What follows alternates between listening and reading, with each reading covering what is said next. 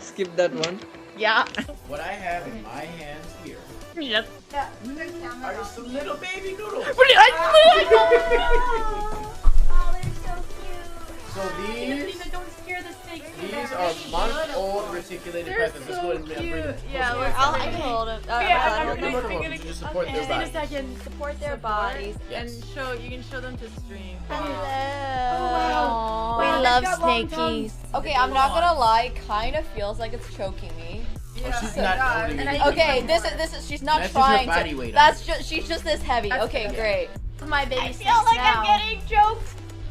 Oh my god, Nemo, you are actually fearless. Alright, now I can go on to this side. Can I tap out? Oh my god. No, it's okay. Nemo, I got it. holy moly. Oh my god. So lean forward. Oh my god. This is insane. Happy 420. Do you know what 420 is? 420? Yeah. No. You don't know what 420 stands for? No, I don't. Oh my god, chat. He doesn't know what 420 stands for. Wait, what does 420 stand for? Yeah, it stands for April 20th. Of course. That's what it stands for. Yeah. Yeah. Exactly. You have to update me. Do you know what 69 stands for? Yeah. Okay, okay. 420 is when you smoke weed. Yeah, and it's like 420. Oh, I think I've actually heard about that. before. Okay. I didn't know it was 420. Alright, you go. I'm thinking if I move my queen here, Oh, wait. Where? like, I'll move it to E10. E10. Where's E10? Wait. Nothing. Wait, where is E10? I'm so confused. Nothing. It's not on the board actually.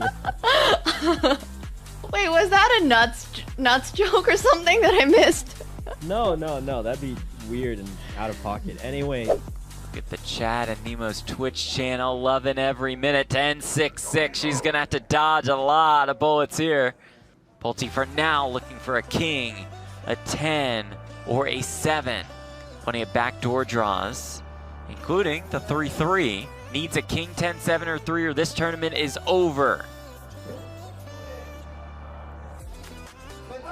And this tournament is over. Nemo gets the job done. She's stunned, but she's the champion. Thank you so much, Pulte. It was a pleasure to play against you. Thank you. Nice Thank job. you. Oh my god. Spend it wisely. I will. Okay, 5 push-ups. You guys ready? Ah! Oh my god, I'm slipping. Okay, I'm gonna do it against the doorway. 1, 2, 3, 4, 5. Okay, workout for the day done. Oh. Whew.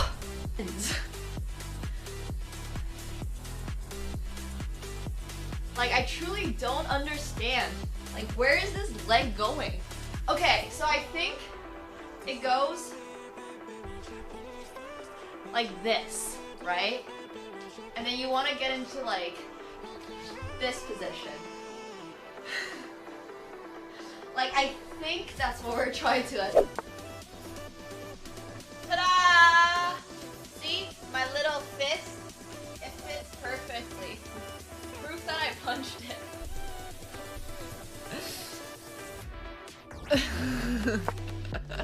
Like, my fists aren't very big. They fit perfectly into each of these holes. And that's why my hand is, like, beyond bruised. They're quite bad.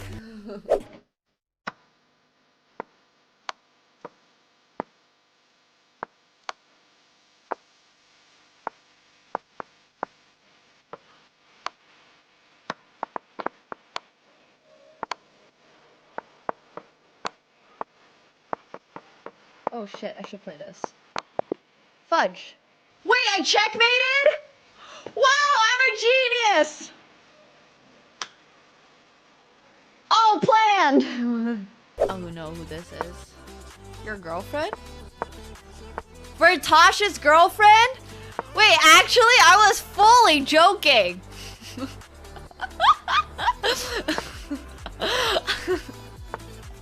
I was entirely memeing. Oh my gosh. That's so funny. He's dating a chess player? Good for him, I guess. I don't know if that's a good for him in Polish culture. I don't know what chess players are like in Poland. If you have an elo, I'm automatically not dating you, so tough luck, buddy. Only dating people who have no idea what the fuck chess is. Alright, okay. I'm scared, guys. Just a little bit. 3, 2, Let's go, Nemo. 1. Oh my god! That was awesome. That was so scary. You did it. Okay, thank you. It was calm for like a brief second. Right. It was really brief second. And you got the dragon scratch. Okay, thank you so much. What do you get when you jingle Santa's balls? Jingle balls. Obviously. A white Christmas. I don't get it. Okay. Are you implying that Santa's balls are white? No, don't worry about it. Don't worry about it. What if he tans nude at the beach? How do you know? Maybe he's black from the waist down. How do you know what color Santa's balls are? Oh my god. Okay, don't worry about it. Let's go play our London only That's why match. you should never tell me a dirty joke. I don't like, it's 2023. We shouldn't imply what color Santa's balls are. Yeah, Okay. that's what we were. Yeah. Is that not the joke? I'm might get that 21 one. years old. I want to get the joke. Can you tell me the joke, please? What's a chess player's favorite TV show? What? Pawn Stars. I didn't write these, okay? Oh god. Oh god. How do you make a chessboard laugh? Check. How? Tell it a nightmare joke. Why did the chess player go to jail? It's really bad. It's really, really bad, okay? Yeah, that's why I gave up on guessing it. Because they can't control their pawn addiction. It does not even make sense. How did the chess player propose To their partner. on a castle? No. They got down on one knee and said, "Will you be my mate?" Uh-huh. I don't think it would work. Yeah, you think chess players are getting girlfriends? Okay. We can skip that one. Yeah. What I have in my hands here Yep. are just some little baby noodles. Oh, they're so cute. So Don't scare the snake. these are month-old reticulated peasants. Let's go ahead and bring them. Yeah, I can hold them. I'm gonna just support their body. second. Support their bodies. Yes. You can show them to stream. Hello. We love snakies. Okay, I'm not gonna lie, kind of feels like it's choking me. Oh, she's not holding it. Okay, this is she's not That's just her trying body to. weight on That's just she's just this heavy. Okay, great. My baby I feel like I'm getting choked. Oh my god, Nemo, you are actually fearless. Alright, now I can go on to this side. Can I tap out? Oh my god. No, it's okay. Nemo, I got it. holy moly. Oh my god. So lean forward. Oh my god. This is insane. Happy 420. Do you know what 420 is? 420? Yeah. No. You don't know what 420 stands for? No, I don't. Oh my god, chat. He doesn't know what 420 stands for. Wait, what does 420 stand for? Yeah, it stands for April 20th. Of course. That's what it stands for. Yeah. Yeah. Exactly. You have to update me. Do you know what 69 stands for? Yeah. I do. Okay. 420 is when you smoke that's- weed. Yeah, and it's like 420. Oh, I think I've actually heard about that. before. Okay. I didn't know it was 420. Alright, you go. I'm thinking if I move my queen here, Oh, wait. Where? like I'll move it to E10. E10. Where's E10? Wait. Nothing. Wait, where is E10? I'm so confused. Nothing. It's not on the board actually. Wait, was that a nuts joke or something that I missed? No. That'd be weird and out of pocket. Anyway, Look at the chat and Nemo's Twitch channel, loving every minute. 10-6-6. She's gonna have to dodge a lot of bullets here. Pulte for now looking for a king, a 10, or a 7. Plenty of backdoor draws, including the 3-3. Needs a king, 10, 7, or 3, or this tournament is over.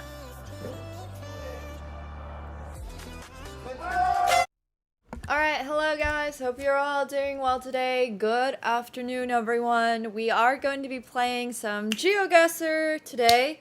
First, I'm actually flipping over the schedule because it turns out that Eric Rosen is currently dog sitting.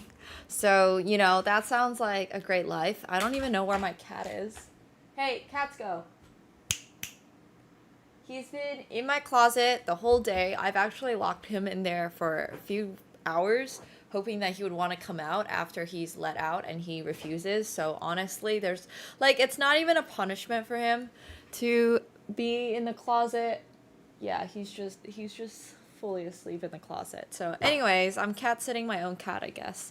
But hi guys, hope you're all well. And hello Viper, thanks for watching for 7 streams, and thank you Master Therion for the 18 months. Thank you. Thank you, thank you, thank you. No, I'm joking. The door is completely open. He's welcome to join us whenever he wants to, but he sadly has no interest in joining us at all. In fact, he is quite happy to be in his closet. So, okay, we are going to be doing GeoGuessr today. I should be able to choose when to come out. Yeah, it's true. We are going to be doing GeoGuessr today. GeoGuessr is awesome. And one of the reasons we're doing GeoGuessr is, first of all, I failed the gauntlet. So congratulations to everybody that participated in it. You are getting your prize. Let me pull up the gauntlet so you guys can see what you can potentially win. And I am going to be hopping on call with Eric, hopefully whenever he's done with dog sitting, which is very exciting. I always want to dog sit, but none of my friends have dogs because we all live in the city. And yeah, anyways, our ideas of dogs are, I don't know. I know you can get like small dogs and stuff, but small dogs are just not very interesting. If your dog is smaller than my cat, like bro. But anyways, so what we are going to be doing is going over the gauntlet and going over prizes for anybody that wants to claim them. We're going to be doing a GeoGuessr day. We are going to be doing a Balatro day. These did get unlocked for the September gaming gauntlet. So thank you guys so much. I really appreciate it. And then we can see the wheel spin over here. Here is the actual wheel spin. Every 20 subs gets you a wheel spin. So once again, if you are not interested, if you don't care, if you don't want to claim it, it's totally fine. But for those of you who do, feel free to. And I believe we had, yeah, we had quite a few people with wheel spins, and also every 100 subs, we did a spin for the prize. So we have 3 of those. We have Uncultured, Bobby Barker, and Smashing Ein as well, winning anything you want from here. So for these 4, you guys are able to win. You guys can choose. You guys can choose. And yeah, that's basically what is up. And then for everybody else, if you participated and got up to 20 points, you have a wheel spin. Yay. X Defiant. Bro, I remember when X Defiant was being released when I was doing Ludwig's God Gamer contest, and I never got around to even playing that game, but I heard it's kind of fun. There's so many games coming out that like I can't even keep track. Also, I gotta work on poker. But anyways, okay, so I hope you guys are ready. If you don't care about your wheel spin, just let me know. And please let the mods know what you would like for the other prizes, or you can tell me, but it might be easier to let the mod know.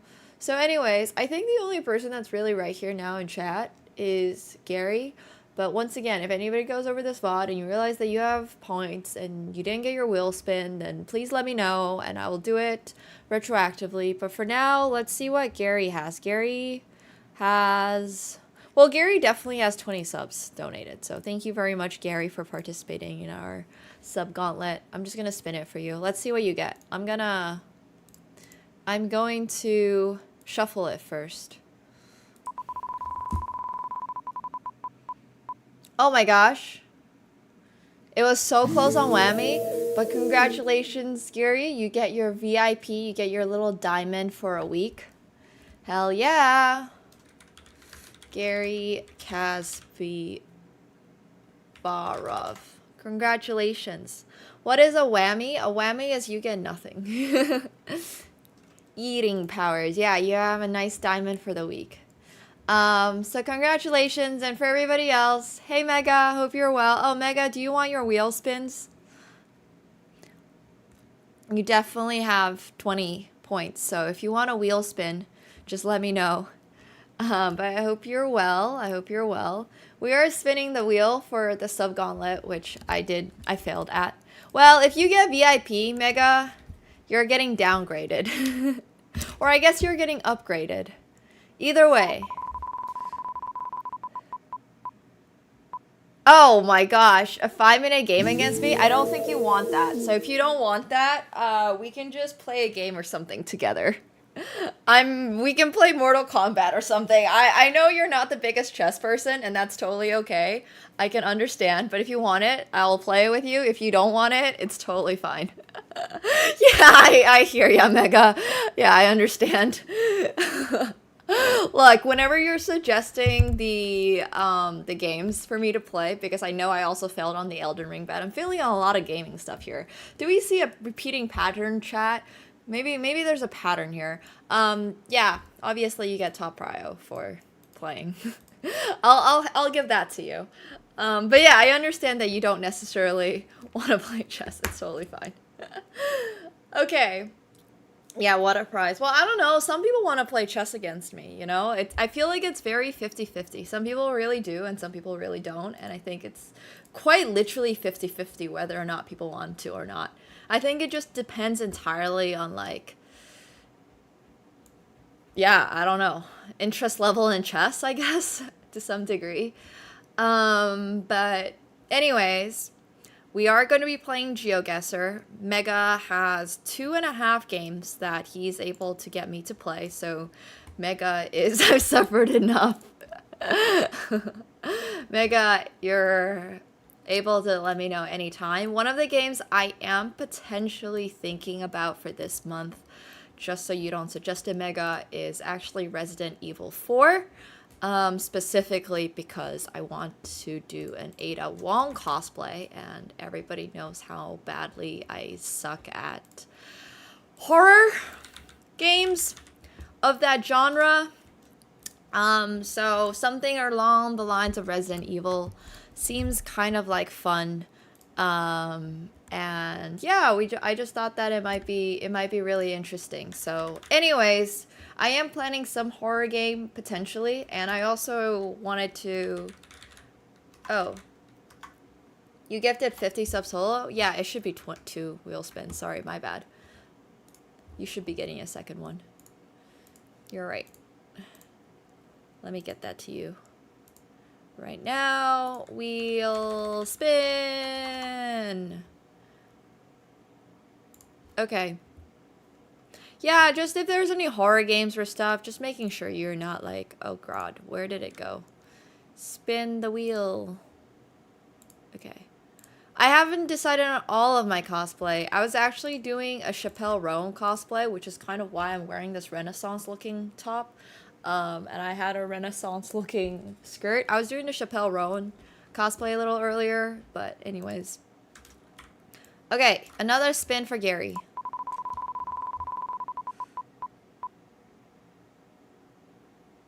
Yay! Double VIP. VIP for 2 weeks. Congratulations, Gary. More eating powers. I did a Tifa Lockhart cosplay last year for my subathon, and I ended up gifting the cosplay to my friend. because I was moving out of LA. So I unfortunately don't have my Tifa cosplay anymore, and the cosplay was also insanely expensive. It was like 200 bucks. So I'm probably not gonna do Tifa this year. I'm sorry, I apologize. Although I would have loved to. But yeah. But Tifa Lockhart I do not currently have a cosplay for. I accidentally ordered a Shadowheart cosplay, but it's 3 sizes too big, and I don't understand why. You know, when on like Chinese sites and stuff, they tell you like, oh, this is for 168 or like, well, specifically like 170 centimeters, and I got one that's for 170 centimeters. Wait, let me show you guys.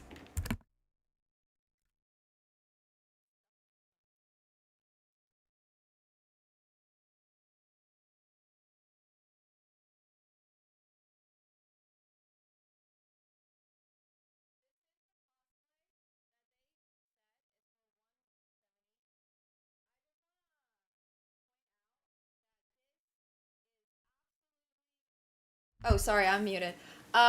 This is the cosplay I got for 170 centimeters. This is what it was marked as. And I just want to say, this is absolutely not going to fit me. So I don't really know what's happening. I literally messaged them, and they were like, you should get the cosplay that's closest to your height. And I'm just there like, alright, I mean, you guys are a Chinese company, so, you know, I'm used to things being really small. But yeah, no, these are not going to fit. So if anybody in Toronto wants a Shadowheart cosplay for Halloween, you can have this for free. Cause this is just not gonna fit. But anyways, well, no guy is cosplaying Shadowheart for Halloween, right? It's pretty big. But if anybody in Toronto wants to be Shadowheart, you do need a costume. I'm just letting you know. There's some very nice cleavage going on over here. So yeah, if you want that beautiful, beautiful V-neck look, you know, go for it.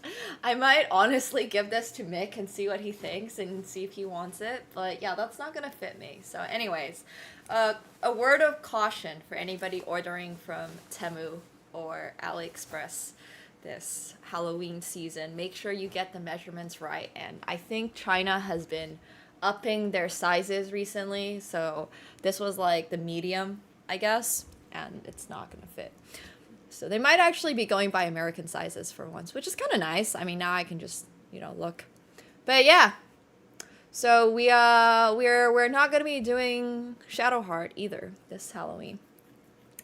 Hey, Doubting Thomas, thank you so much for the Prime. I appreciate it. Thank you. Thank you, thank you, thank you. Elf makeup? I honestly wasn't even... This was honestly more Chappelle Rowan inspired. Everything today is like Chappelle Rowan inspired. I don't even love Chappelle Rowan that much. Like, her music is very meh sometimes, but yeah. Can I just not put on like 80 pounds this month? It probably will take me longer to put on 80 pounds than just to find somebody in Toronto that can use this cosplay. Like I said, I will give it to you for free. I will genuinely give it to you for free if you are willing to come get it, because it's large. She has like a few good songs, and I think her aesthetic is really good. I think her performances are really good, but her albums are just not my style, and that's totally okay. Once again, I have very distinct taste, so it's okay. Alright, so we are going to be trying to play GeoGuesser. I don't actually know how it works with community. So if you guys want to play with me, I do have a paid version of GeoGuesser. It would appear that they have changed the entire website since the last time I played. So the only thing I've really played is the single player competitive mode. Okay, well, this is not even the competitive mode. Wait. Let's do this. Let's play solo just for the sake of the gauntlet. So this is ranked GeoGuesser. It's nothing at all like a Wii game. So I'm gonna play against this dude named LeMay Simon from Canada. It's a great question. I don't know. I don't know how to play again with the community. If anybody has any ideas, please do let me know. So basically what you're trying to do in GeoGuessr is guess where the fuck you are, kind of in the name. This is definitely Denmark. That's the Danish flag. If I had to guess, I would say this is probably Copenhagen because that's really one of the only cities that has a population in Denmark because it's Denmark. So we're gonna put pressure on our opponent and just go for the pin on Copenhagen. And then now he has 15 seconds to come up with exactly where, fudge. Oh my god, we had exactly the same result. Well, apparently my opponent also figured out that it's in Copenhagen and maybe he's cheating. I don't know. I mean, it's pretty unlikely. I'm using like my Chinese name on here. Yeah, it's pretty unlikely. This is somewhere in Asia, obviously. It's probably Japan. Figuring out what city in Japan is going to be the challenge. Honestly, this might not even be Japan. This might just straight up be Hong Kong or something. No, this is just straight up like somewhere China-ish. But China, as far as I know, is not on GeoGuessr, so it's giving Hong Kong. It's giving... Hello? I'm stuck. It could be Singapore, but Singapore doesn't really have streets like this. I'm literally stuck. As far as I know, if you have any art that you made of me, feel free to drop it in the Discord. It could also be Taiwan. It's probably going to be Taiwan. Singapore has a lot more high rises because they don't have a lot of space. And Singapore also drives on the left, and here we're driving on the right, so it's probably Taiwan. As far as Taiwan goes, I'm not very familiar with any of the cities, so once again... Oh, he already guessed? Okay, so we're just gonna go drop it in Taiwan. And drop it, like, in Taipei or something. Because I honestly have no idea where it's gonna be. We both guessed Taipei. And it was in Tainan. That's very unfortunate. Well, this guy and I are literally the exact same rank. Strawberry Knight, please post it in Discord if you have any art, AI art. Thank you. Okay. I do have GeoGuessr Pro. If you can send me a link, that'd be great, Mega. Thank you. Am I watching history? Maybe I'm watching history. But yeah, you can kind of see how the thought process behind GeoGuessr works. This is one of my favorite games. It's actually great. So a lot of English. If I was Rainbow right now, I would be able to tell exactly where this is. This is probably not North America. It's kind of giving South Africa. It's kind of giving Australia right now. It's giving alcohol-free zone. What does alcohol-free zone even mean? What? So that the fact that you need to put an alcohol-free zone implies that the rest of the place is alcohol okay? Okay, so it is Australia. There's no alcohol-free zone in Australia. Yeah, okay, well that would make sense. It means that alcohol is allowed the rest of the time, except in that zone. It's the opposite of everywhere else in Canada. You have to be in an alcohol zone in order to drink. If you're not, you can get a fine. In Australia, you can drink anywhere, but you can't drink in specific areas. That makes sense. Do Australians know they have alcohol-free zones? Not the most likely. So now that we have figured out that this is Australia, the next step is to figure out where in Australia, because Australia is a little massive. So what you want to do is go around and see if there's anything that can tell you where. Something that we're looking for. It could be like Melbourne or Sydney or, you know, Queensland or something. I have no idea where this is, so bro, we're just gonna pick somewhere green. Honestly, between Canberra, Sydney, and Melbourne, it could be anywhere, so I'm gonna hedge and put it on Melbourne. And I got rewarded because no, I did not get rewarded. He was closer. Darn, unfortunate. It was Sydney. Wait, he's just sniping me, bro. He's literally just sniping me. How does this guy know? Put it exactly where I'm putting it every single time. Every single freaking time. Wait. Okay, once again, knowing Cyrillic is such an advantage in playing GeoGuessr. My Cyrillic is awful. It is not one of the languages that I grew up learning how to speak, even though I lived on the border to Russia.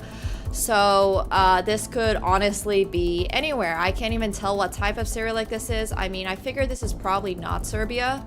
So we're gonna narrow it, probably not Bulgaria. So it's probably going to be either Russia or Ukraine. And I am honestly clueless. Well, I'm talking about the alphabet specifically. Just the alphabet. That's why I'm not specifying it as a language.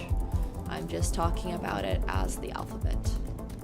It could potentially be parts of Central Asia with Kazakhstan, Tajikistan, Kyrgyzstan, a bunch of other countries that also have Cyrillic. Could be Moscow, could very much be the outskirts of Moscow. I don't remember Azerbaijan actually using Cyrillic. So, I don't think Azerbaijan uses Cyrillic.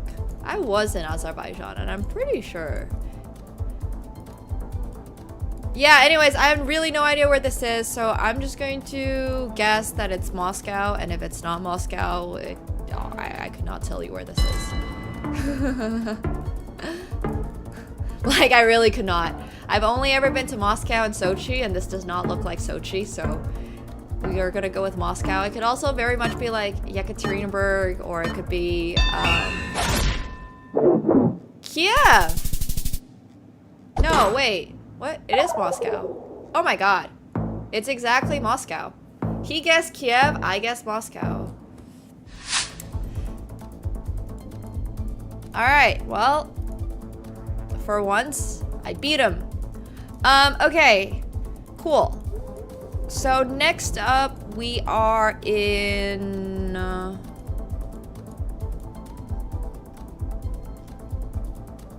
place that speaks Spanish. I'm gonna guess this is Spanish, not Portuguese. Once again, I don't really speak either Spanish or Portuguese. They have poker. Oh, cool. Cool. Wait, we're getting sidetracked. This could be Mexico. So if you know area codes, once again, you would be at a huge advantage if you played this game. I do not know area codes. I do not have those memorized. We're somewhere where casinos and poker is legalized, and I would imagine that to be the case in Mexico or potentially... Actually, I don't know. Well, yeah, no, poker is legalized in Mexico. I don't actually know about other countries in America. So we'll see. Let's do a little bit more research. This is Cali Valley. I have no idea where Cali is. Still not really sure what country this is, in fact. It's gotta be Mexico. I don't know, man. I really don't know. It's not really giving Mexico to me. This is not speaking Mexico. It's Colombia. I mean, chat could be right. Who knows? I certainly don't.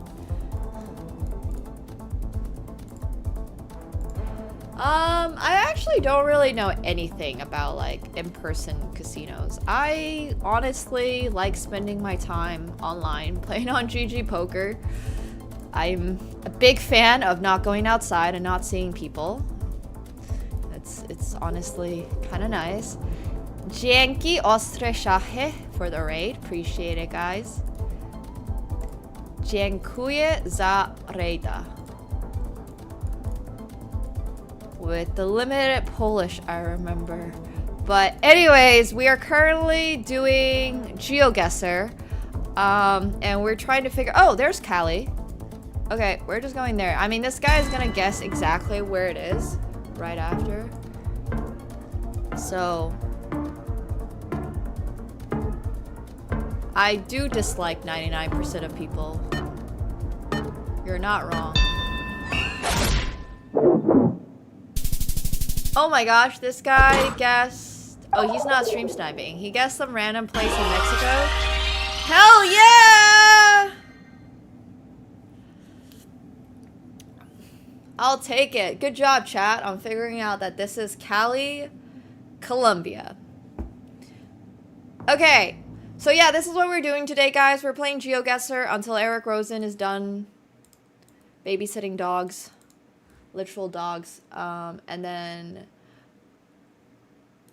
we are going to be discussing battle chess. No, sorry, it's not battle chess. It's team battles.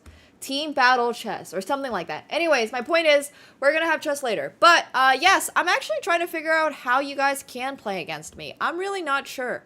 If anybody has any links, any ideas on how to do this, would love to get it set up. I have no clue. I literally got this account so that I bought Pro so that I would be able to do it, and I can't really figure it out. They've changed everything since like the first time that I started, so maybe I can host party.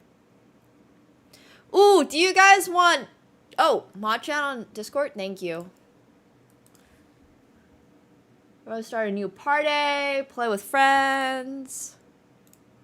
Oh. Wait, this is different. What the heck? Wait, this is totally different.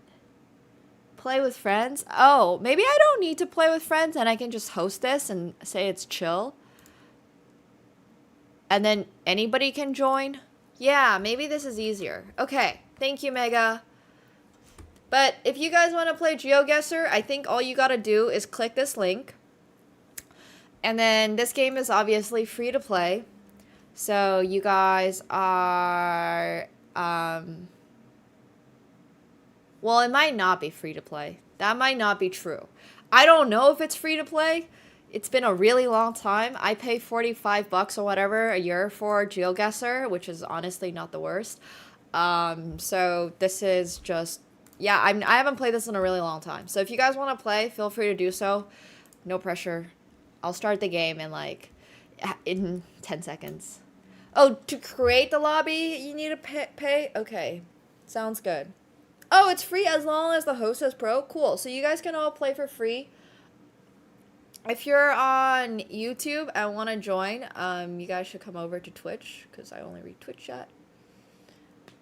So you guys should go here. Want to be full of people listening to my stream then? But I don't know if my commentary is the best. I'm not Rainbolt. Why would anybody take my... Why would anybody think that they are worse than me at GeoGuessr? If you guys want to mute the stream, go for it. If you don't want to mute the stream, it's honestly not that big of a deal. I don't really care that much. It's really okay. It's really okay either way. I'm not that picky. This is just like a for fun, you know, chill, wholesome activity. Bro, are we in heaven? Help?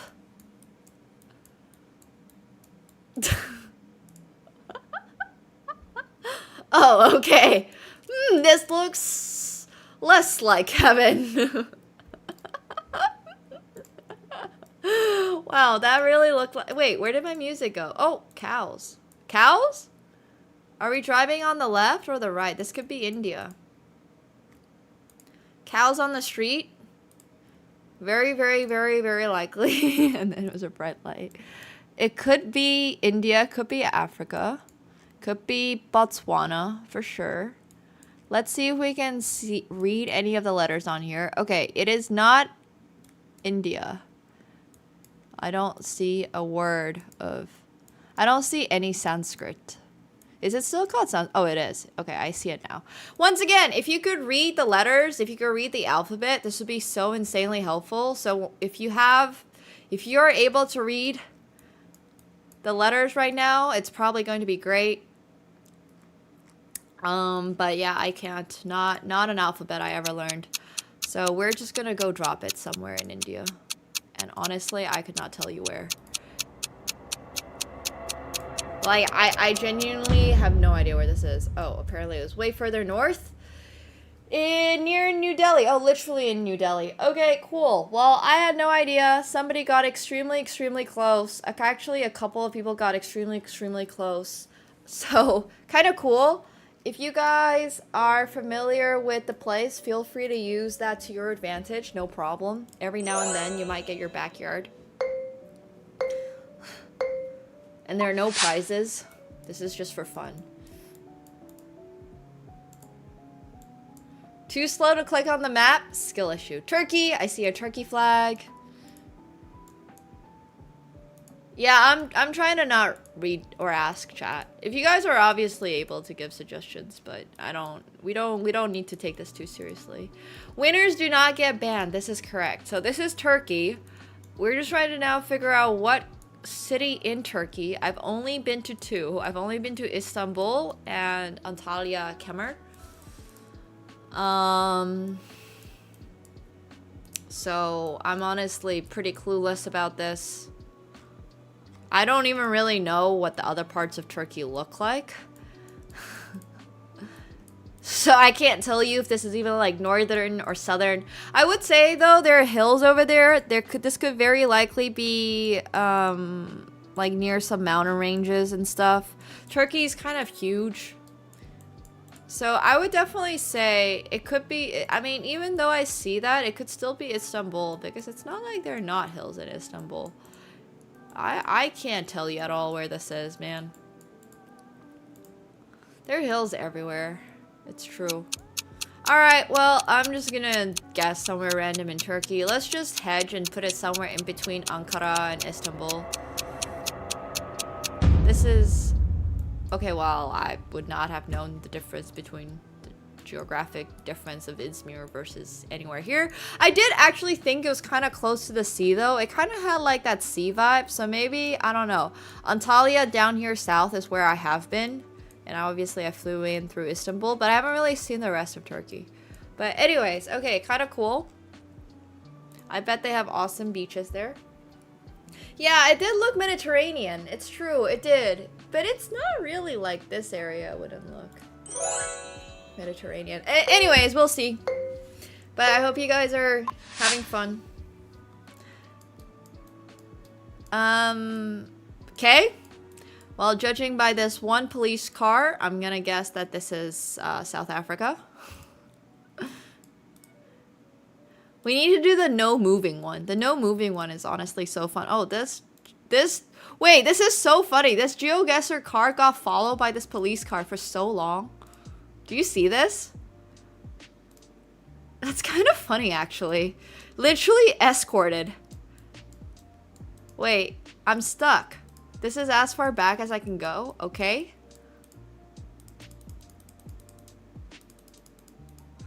Why do I have a police car escort? What's happening? I can't tell if I'm getting arrested or if I'm getting escorted. I can't really tell. I'm just trying to, like, go forward. I mean, is this even... This is it? This is the entire stretch of land I get? Do you guys see this? I can't go anywhere else. That's it. That's literally it. Well, alright. I'm honestly not very up to date on my African geography or fauna, so I'm just gonna guess somewhere near central-ish Africa. Wow. People actually just got straight to Nigeria. How did somebody just figure out that this is the industrial district of Nigeria? Apparently the dude in chat was serious. That's Nigeria. Cosmo, how did you just know this is Nigeria?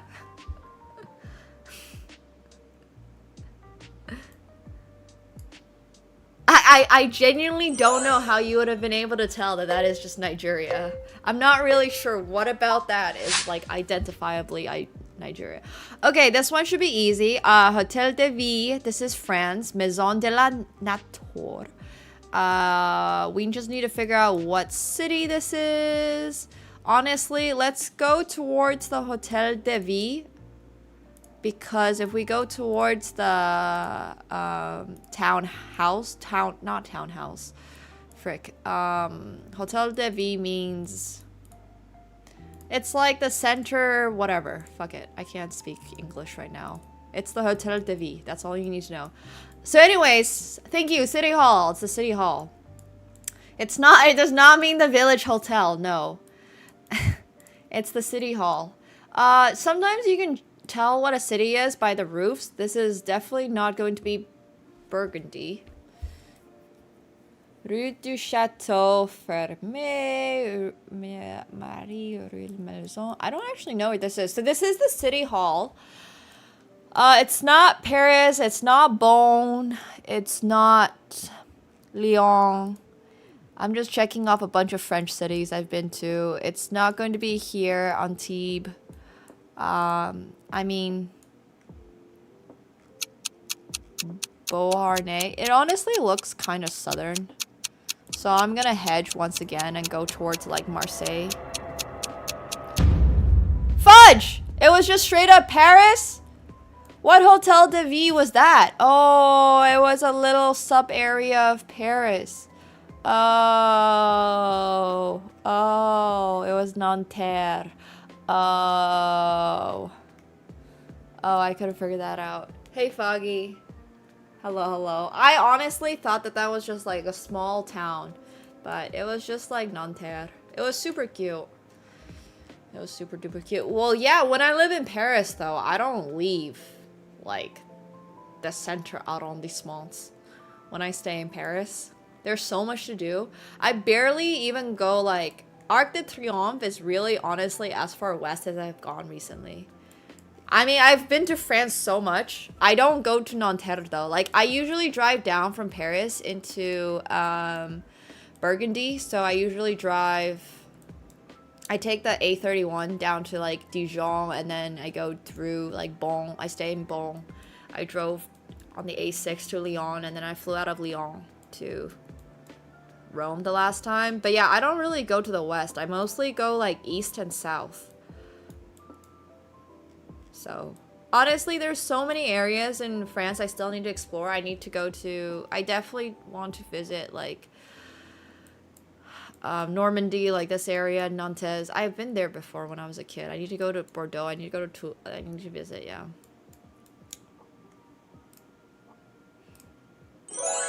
Nice. One more round. So much wine, so little time. I haven't even gotten to visit Champagne. It's crazy.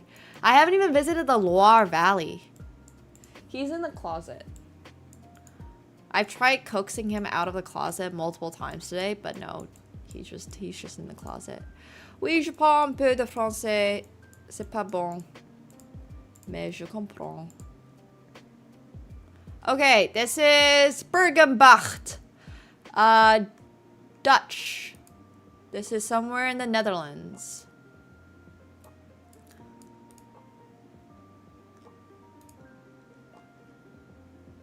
I could not tell you where this is if it's not Amsterdam or... Oh, it's towards... Well, it doesn't say how far towards Rotterdam that is. So... we'll find out, I guess. We'll drive for 39 seconds and figure it out. Zoom! Oh, I guess I couldn't figure out what city this is. Well, is it like 90? Okay, so Rotterdam is only 24 kilometers away. So if it's 24 kilometers towards the west, then we are probably over here-ish.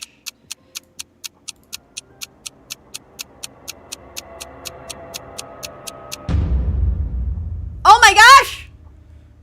I was 15 kilometers away. Not bad. Not bad. Wow, that's a lot of canals.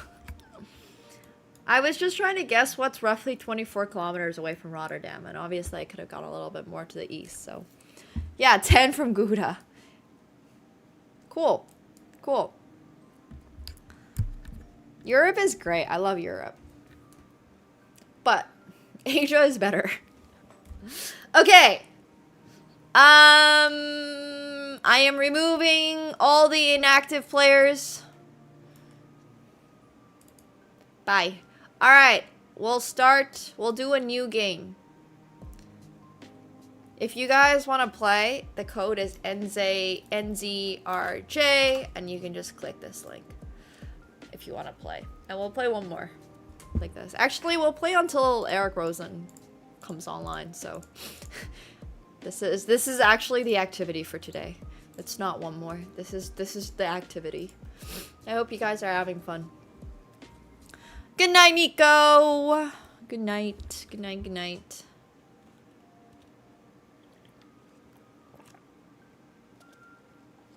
And then we can play like some not chill ones. We can do like no move or something. No, not yet.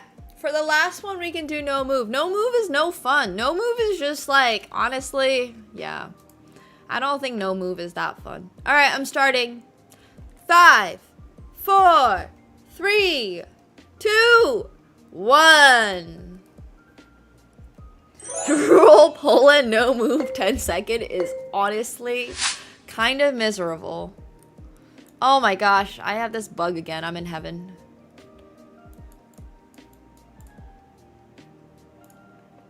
Join in on the next one. GeoGuessr, but only sound. Honestly, Rainbow could probably do that too.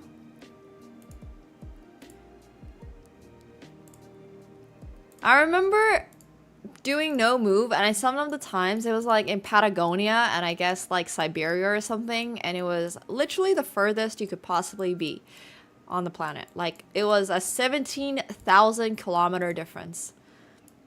So yeah, no move is not my favorite. I'm not gonna lie. This is probably somewhere warm. It's kind of tropical. The houses remind me of the Dominican Republic. 10 miles per hour. It could potentially be like Puerto Rico. It's honestly feels very Caribbean. The houses are super cute. The trees are very leafy. Let's see what this says. Meadows. The meadows. This could genuinely just be like a little, what's it called? Like, you know when people go places and they buy like cheaper houses? So I'm actually gonna guess the Bahamas. Fudge! Well, the British Virgin Islands are like what the Bahamas are to the Americans, to what the British use for their tax purposes, but like I got the idea of it in my head, right? Like it would look like some slight tax evasion Caribbean place where you would buy a little property and then park a bunch of your money and set up your LLC so that you can pay a little less taxes. But yeah, it was apparently the British way of doing it and not the American way of doing it. So it was actually, sorry, it's not even the British Virgin Islands. It's the US Virgin Islands. Oh, so it's just Bahamas, but like on steroids. I mean, honestly, the US Virgin Islands are probably really nice. It's probably really, really, really nice. All right. Let's go to the next one. Okay, so here we've got, once again, kind of rural. Toko Jinshen. This is fascinating, fascinating.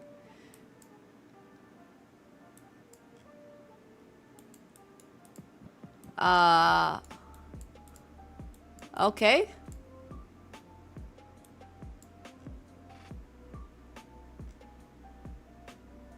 Why does this? Is this Afrikaans? I'm so confused. What is this language?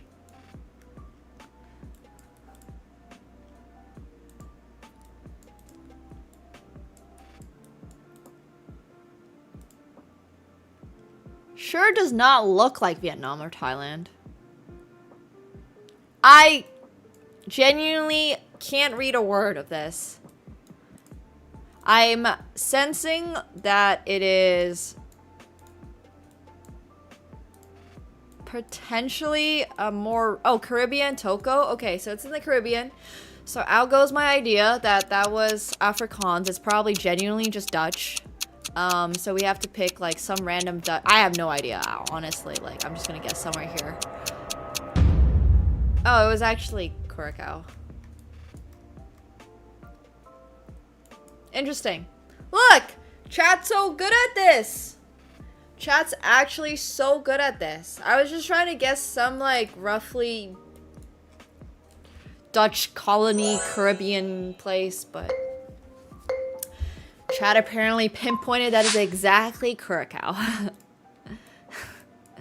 Chat should take on Rainbolt. I'll try to set up a Rainbolt. How cool would it be if Rainbolt taught me how to do GeoGuessr, play GeoGuessr well?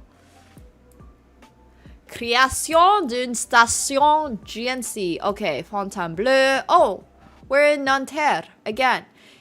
It's 562 Avenue du Parc de Lille, Nanterre. Let's do that. So, we just were in Nanterre. So we need to look for Parc de Lille, which honestly could be anywhere here. We're given the full address. Now, how good are you guys at finding this? Parc des Bois Preux, le Golfe de Paris, Parc Jacques Baumel, Stade du Parc. Also not that one. Jolie Colline Cabane. Forêt domaniale de Fos Repos. Okay, also not that. Honestly, I have no freaking clue, man. I'm just gonna drop it somewhere here. It could be any of these parks. Let's just drop it near the little. Oh, did I miss it? Darn. Ah, bummer! I could have gotten that. Could have definitely gotten that. Oh well, it's okay. At least I was only 9.7 kilometers away.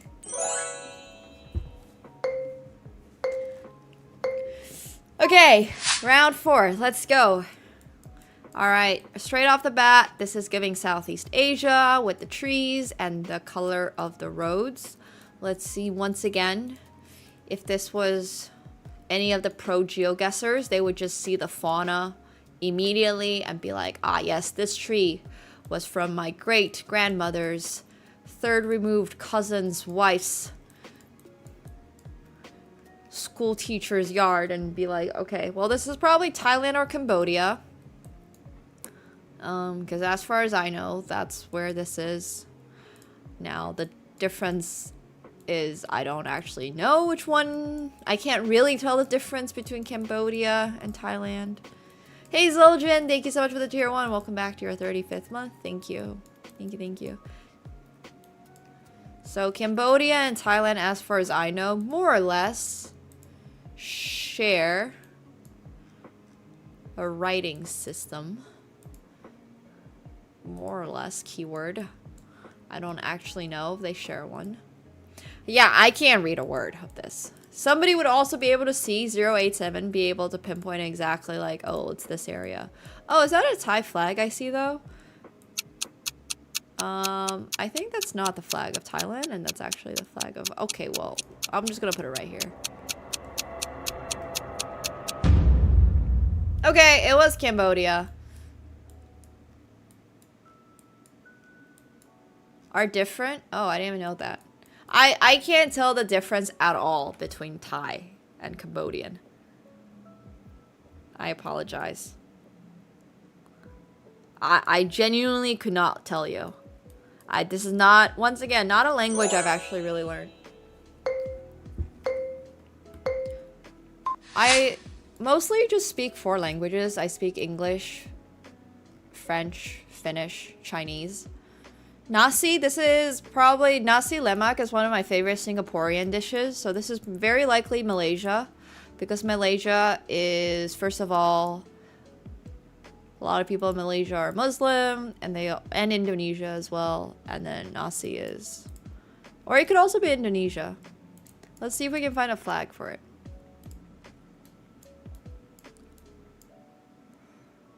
Jakarta.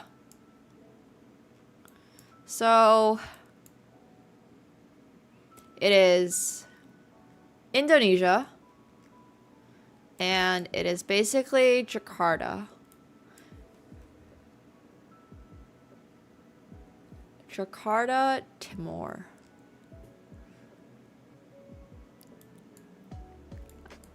Never been.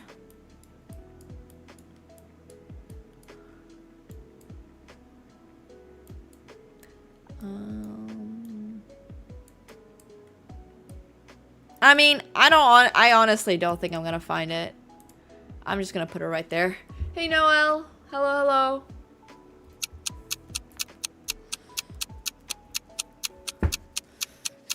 Let's see where it is. Oh, I wasn't that far off. Apparently it was more south. Cool. Very dense areas. Kind of cool. I really want to visit Indonesia one day. So many places in the world to go to, so little time. Congratulations, Ifuko, on your first place. Alright, how much time do we have left? We have up to an hour left. Honestly, I'm having a lot of fun playing the move.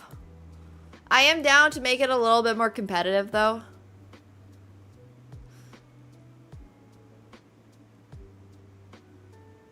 Let's try competitive and see what happens. I'm willing to update this, up it, if you guys want to play once again.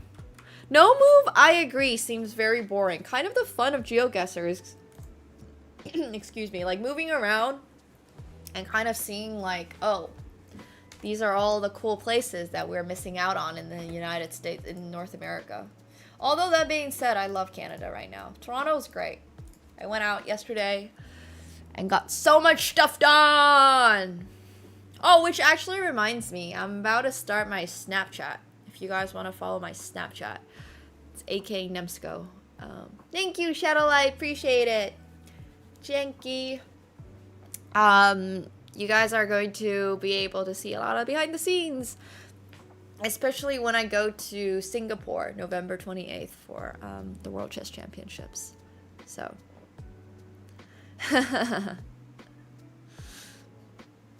But yeah, if you guys want to play GeoGuessr, I'm gonna start now. Alright. I want to get in the top 10. So this is competitive. I don't really know why it's competitive, but we're about to find out. Is it competitive because the locations are harder? If the locations are harder, we might change the map. This looks Asian. This is definitely in Asia.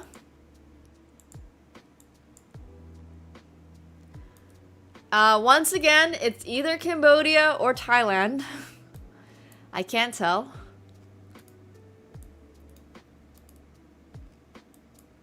Yeah, that's grass. It's everywhere. No, I mean, GeoGuessr can be really, really fun. GeoGuessr can be really, really fun, honestly. Like, also, everybody starts somewhere, right? Like, you're not gonna get good at GeoGuessr if you don't put in the effort.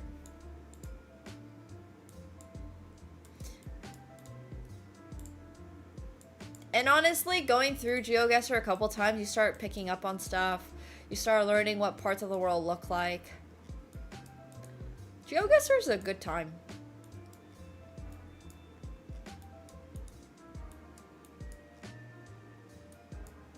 I have no idea what any of this says. I got no clue. Alright. We're gonna hedge. I honestly am 50-50 between it even being Thailand or Cambodia. Okay, well, it wasn't the worst. I mean, I don't know how people got so close, but it was Thailand. It was Thailand.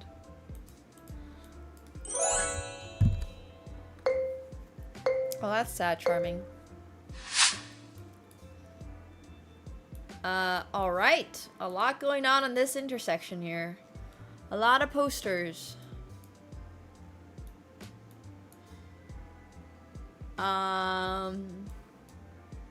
It's giving Philippines, I want to say.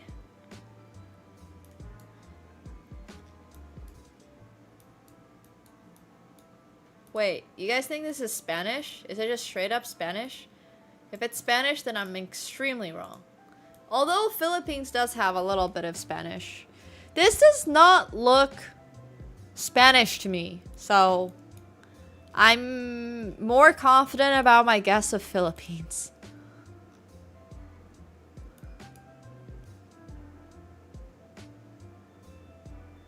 I mean, I honestly could not tell you what language this is, so yeah. But this is very Asia. Not Mongolia. Mongolia does not look like this, and Mongolia also has a writing system that I can actually kind of understand. I don't know. Maybe it is just...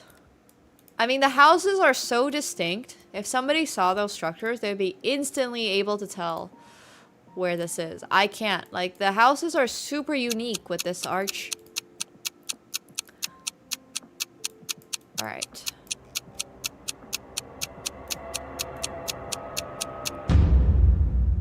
It was Indonesia! No!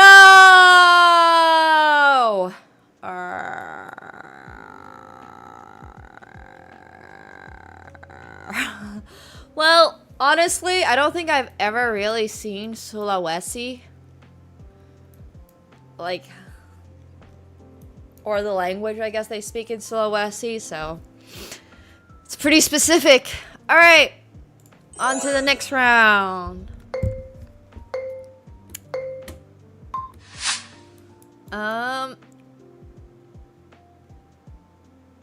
Japan. This very, very, very much looks like Japan. It's that or it's gonna be Taiwan again. Oh no, it's Japan. Oh, hell yeah! Oh man, I miss Japan so much.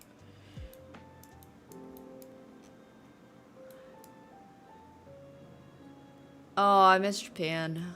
I wish I could live in Japan. Asahikawa and Otaru.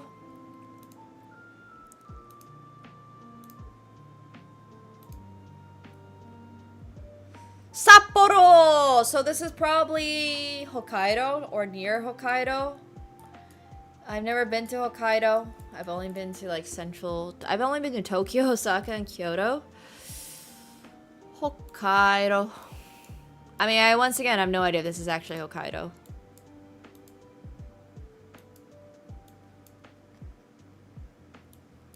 You went to Hokkaido this year? I am so jealous. I want to go to Okinawa and I want to go to Hokkaido so bad.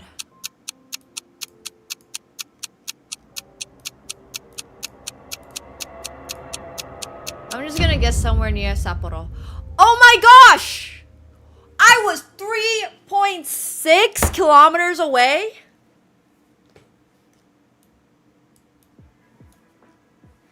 Let's go! Hell yeah!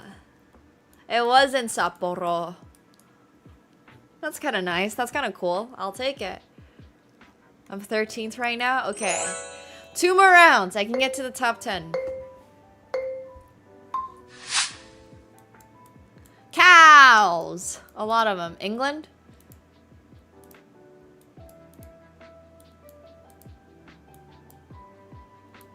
I was in walking distance, actually, though. Could be Netherlands. Definitely not England. Very potentially the Netherlands with the windmills. I don't think Denmark really... This could be Denmark, I guess. I don't really know, though. I don't think it's Denmark. This is not screaming Denmark to me at all.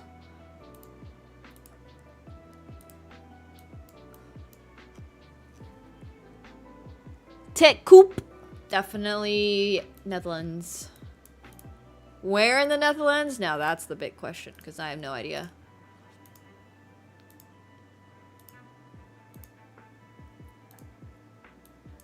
Let's see if we can get a sign. Definitely Netherlands. Zilverbeckendijk. Botterdijk. Yeah, no cowboys in the Netherlands. I mean, I guess they do have cowboys, but they don't look like the cowboys we got. Okay, I have no idea. I'm just gonna go with somewhere in the Netherlands. Probably a little bit more inland.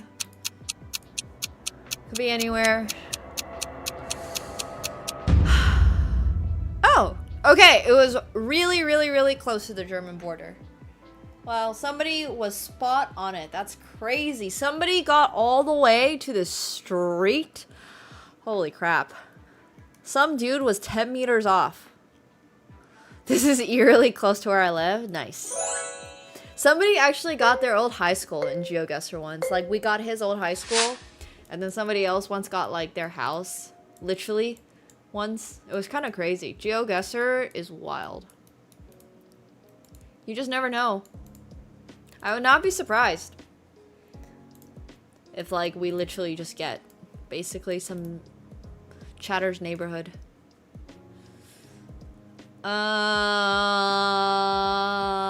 Sure looks like Italy.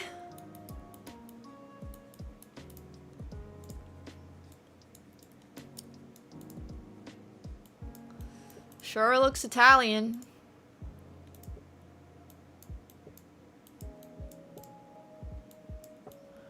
Some Italian going on here.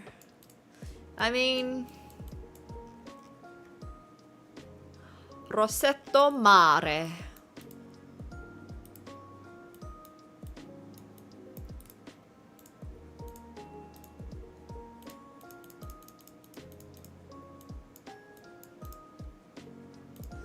I've never been to Sicily, so I could not tell you where this is.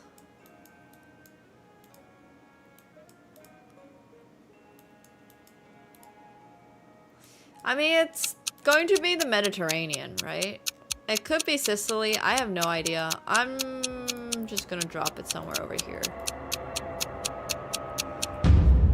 Oh, wow! I wasn't too far off. Nice. I actually did not realize it's on the Tyrrhenian Sea and not the Mediterranean Sea, but oh well. It's basically the same thing. They randomly got the building they were playing in? No way. That has to be scripted. That's just no way. There's no way that's random. Absolutely no way. Oh, I got exactly 10th? Let's go. I will take it. 10th is what I was going for. Hello, Zekap. Thank you for the raid. Welcome, guys. Thank you, thank you. Alright, how do we feel about... You got 29th last game and 28th this game? Let's go!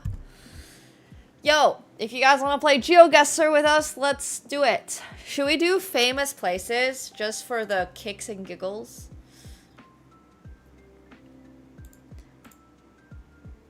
Oh wow, we have a lot of active players. Nice. You've been in the 20s every game, so mid. That's okay. That's as long as you're having fun. Once again, you don't need to worry about whether or not you're good. The purpose in life is to have fun. And I have to tell people this all the time, whether it's chess or gaming or GeoGuessr. Look, if you don't like playing the game, that's totally fine. But if you want to play the game and you don't want to play because you think you're bad or because you're American and don't know anything about the world, don't worry about it. This is how you learn about the world. Before, I saw some post from Rainbolt about how, like, he basically put everything from his apartment into, like, storage and decided to just travel the world so he could actually see the world and not just see it from a GeoGuessr angle. And it's totally valid. Like, you know, nobody just has infinite money to travel to all parts of the world and stuff like that. Everybody starts somewhere, and GeoGuessr is honestly a great place to start. You never know. You now have seen, like, what Japan looks like. Now you've seen what Thailand looks like. It's honestly a really fun game. Hey, Troy, thanks so much for the tier 1. Welcome back to your 5th month. Thank you. Thank you, thank you. And I apologize for all the Americans that had their education system fail them. But once again, congrats. You guys are able to, you know, label on a map every single state you guys have, whereas Europeans are able to list out 50 countries, no problem. To each their own. I mean, if America, just think about it this way, if America had decided to not be the United States of America, and instead it was just like, you know, all the individual states, you guys would basically know 51 different countries. Honestly, you kind of just got screwed over by the, I don't even know what it is. Your 10 amendments or whatever. 52 countries. I don't even know how many states America has. 52, I guess. Hawaii, Puerto Rico. Dude, does Hawaii and Puerto Rico even count? I mean, Hawaii counts, just Puerto Rico count. Thanks, Google Earth Map. Yeah, exactly. Oh, okay. Got it. Alright, anyways, we're starting. This one's gonna be 50... Sorry, this one is going to be famous places. So, yeah. Where do you guys think this is? New York Stock Exchange. If we don't get this, like, exactly correct, I'm gonna be so sad. No, but this is... The challenge for this one is getting it to, like, the exact street. Like, we want the exact street, the exact pin. We gotta get it 100% right because it's so easy. That's the purpose of famous places. So this is Wall Street. Pier 11 Wall Street. Pier 11 Wall Street. Wall Street, Wall Street, Wall Street. There it is. It's in Manhattan. Wall Street. This is where I wanted to work. Ah! The New York Stock Exchange. And we are facing it from the front side of it. So it's probably going to be right here. So we're probably is there a blue bottle over there? Okay, I actually want to confirm that this is the actual street. So this is Exchange Street and this is, okay, Exchange Place and Broad Street. Yeah, okay, so we're literally right here. You can definitely see my house from there. Nice. There is also a map. Look, if you guys are not getting 100% on this one, I'm so disappointed in you. What the hell? Are you guys kidding me?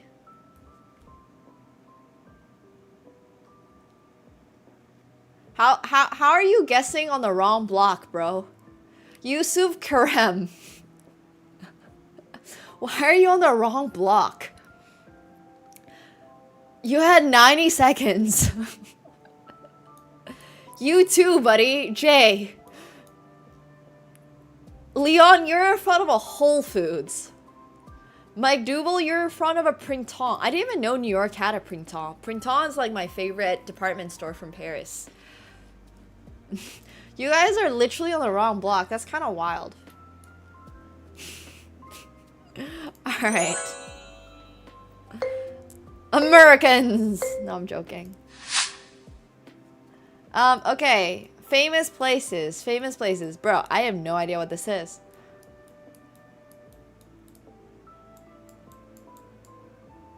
Dude, where is this? What is this? What is this place? Yeah, spoil it. I genuinely don't know. This place is not famous enough for me. Sorry, no offense.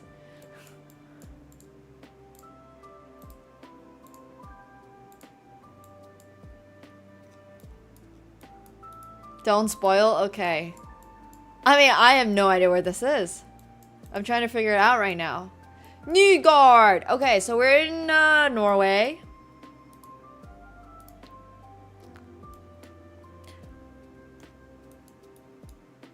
We're in Norway.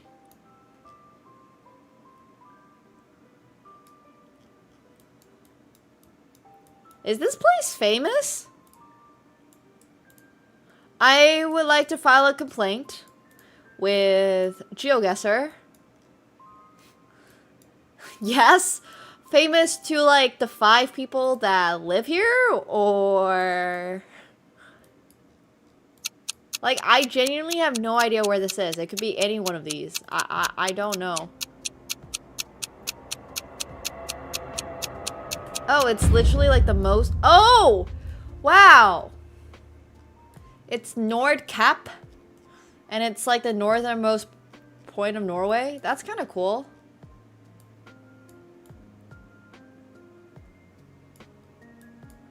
I didn't know this place existed. It's kind of cool. Nice. I mean, I don't know. This looks like anywhere in freaking Norway.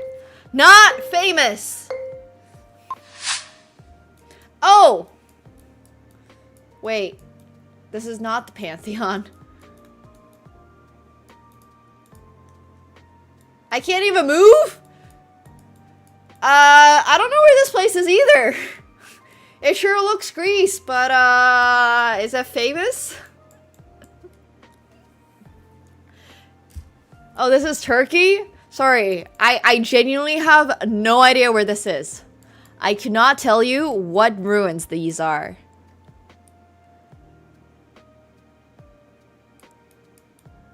I mean, it's got Greek on it.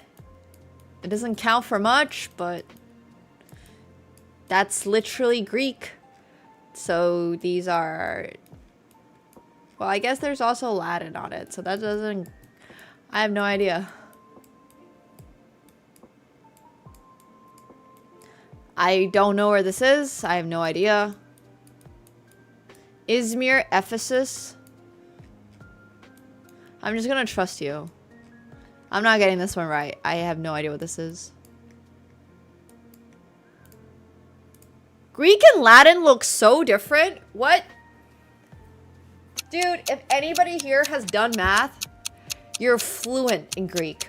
You know every single freaking letter of the alphabet. Because not only do you have to use all of them, you also, unfortunately, have to start adding little ones and stuff, because then you run out of Greek alphabets to use, Greek letters to use in your proofs. And then, yeah, anyway, sorry. I have very strong opinions about Greek. Everything I learned about the language basically comes from math. That's how I learned Greek.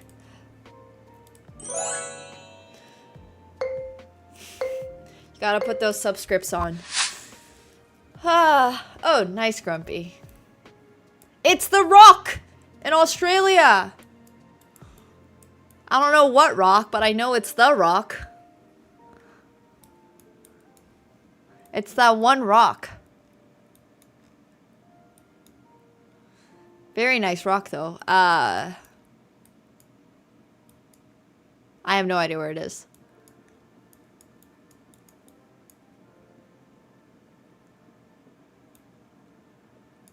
Alice Springs. Where is Alice Springs?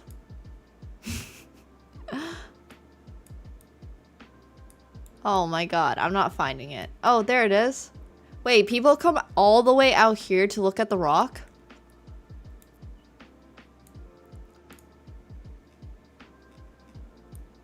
That's kind of far, bro.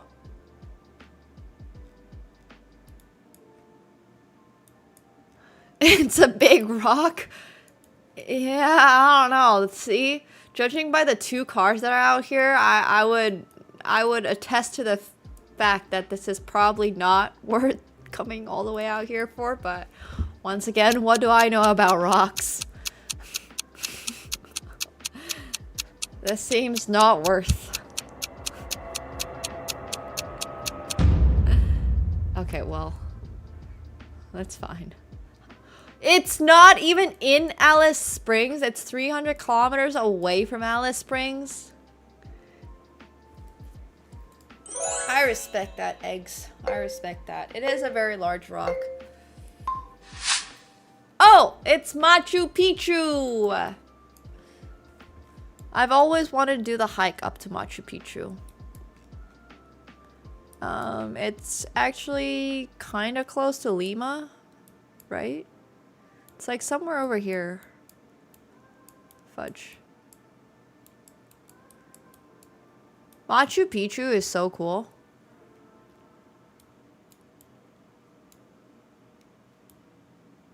Alright, I'm gonna struggle with finding it. Fudge. Asian aliens taught me about this place? Yeah.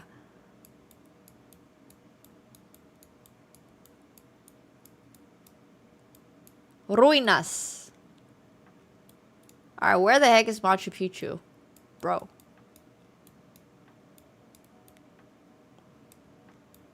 Okay, I can't find it. Is it more south than I thought? Alright, I don't know. I give up. Maybe it's like...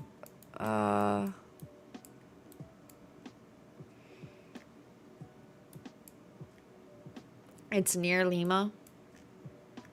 I am near Lima. I said it's near Lima. Alright, whatever. Oh, it was more east. Okay, it was way more east. Fudge. Alright, well, that was fun.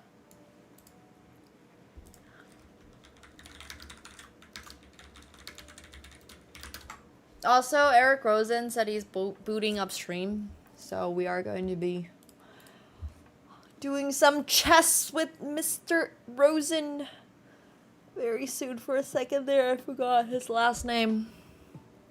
I don't think I learned much of this from the Finnish school system. I think I learned most of this from traveling. Alright. Shall we go back to... Shall we do another run of famous places? I feel like famous places is really fun. We're gonna do one last run. One last one. That's okay. Like I said, honestly, being able to play GeoGuessr well is the sign of a wasted life. Being able to identify some places in the world is the sign of being a gentleman. Sorry, Rainbow. Not meant to be a diss, just like, in general, if you're really freaking good at something, it's probably not great. Unless you're getting a lot of money from it, or like it's something you actively enjoy. Being decent at GeoGuessr is the sign of a gentleman, yeah. Yeah. Alright, I'm starting. Okay. 10, 9, 8, 7, 6, 5, 4, 3, 2, 1. Let's go.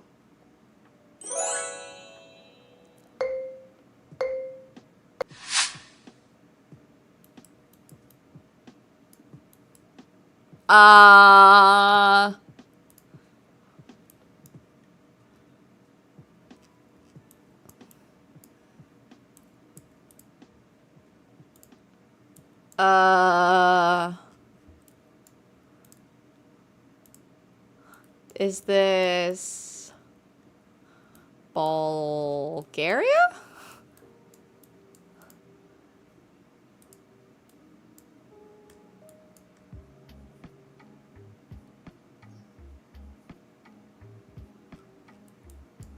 It's not Russia.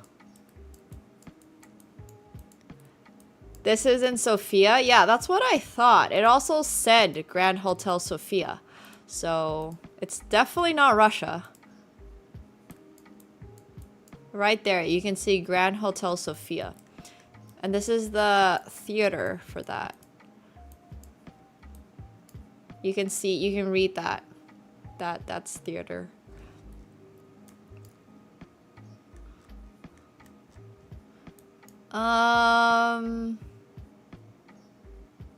Oh, it's right here.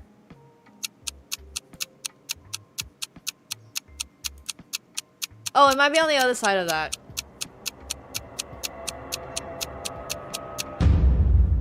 Oh! No, I was right. I was 5 meters away, guys. 5 meters.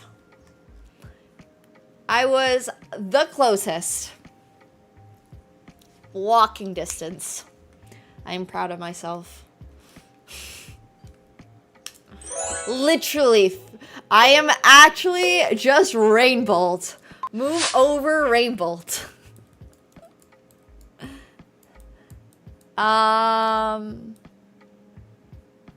Is that the Capitol building?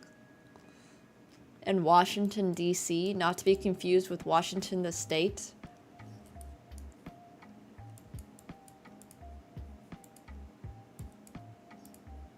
Has to be, right?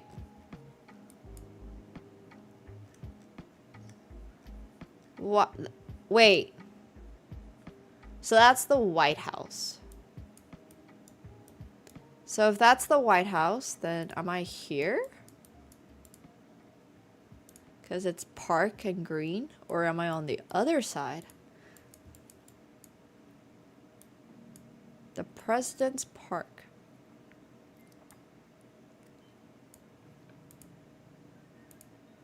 trying to figure out what street this is. So this is East Capitol Street.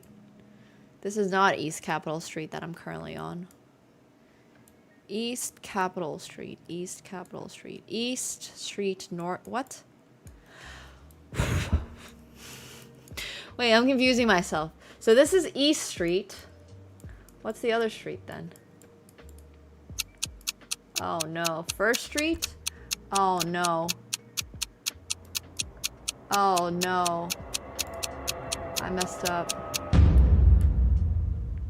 Oh! Wait. That's not the White House. Oh. I literally said it's the Capitol building, and I guessed in front of the White House instead. I knew exactly what I was going for. It's the Capitol. But I still placed it in front of the White House. Oops. My bad. Yeah, but I knew what the building was and still put it in the wrong place. Unlucky.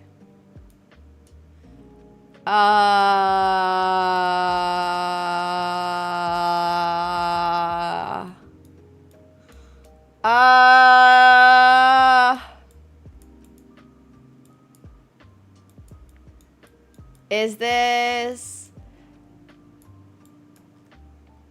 Kazakhstan? No, it's not Kazakhstan. Tajikistan. Tajikistan. Or Turkmenistan. No, I think Turkmenistan's blue, no? Or it could be Kyrgyzstan. Kyrgyzstan? I cannot tell. Yeah, Kyrgyzstan.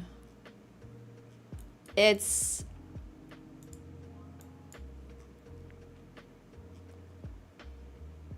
Fudge. I played a kid from the country with this flag when I was 5 years old. Sorry, 7 years old. And this was in the World Youth 2007. I don't think it's Kazakhstan. I don't think it's Kazakhstan. It's Kyrgyzstan. I'm just gonna get it right in the country. Whatever, I give up. It's somewhere here. But it should be probably Bishkek. Yeah. Okay, it was Bishkek. So anyways, my story was I played a girl when I was 5 from the country with this flag, which is why I know it's Kyrgyzstan, because she is very memorable. During the game, she blundered a piece, and I basically forked it, and then she, while I was not at the table, she swapped her move, basically did a whole 1.5 moves take back. I got back and was like, this is not right. So I called over the arbiter, and the arbiter was like, oh, well, your opponent doesn't speak English. We're going to have to call her, like, representative, whatever. Her grandma, I guess, was there. So her grandma shows up and then translates to the kid, and the girl, like, starts bursting out into tears. And at this point, I was, like, feeling kind of bad for her. So I told the referee, like, hey, look, you know, on the score sheet, it says here that, you know, she played her move. It was specifically queen takes e1, which trapped her knight, and instead she could have played knight takes e1, so I just took a rook on e1 for reference. I was 7. And because she played queen takes e1, she got her knight trapped on f3 because there was nowhere to go. So anyways, I called over the ref. The ref was like, oh, you guys have not matching score sheets, and is like, okay, well, bro, you need to, you know, change this. And then, yeah, she got in trouble. So yes, that's why I know that flag is from Kyrgyzstan. Hello? Hello, how's it going? Good, how are you? I'm great. We're doing GeoGuesser. How's your day been? It's good. I'm struggling to figure out how to like add you or add the Discord call to my stream. Oh.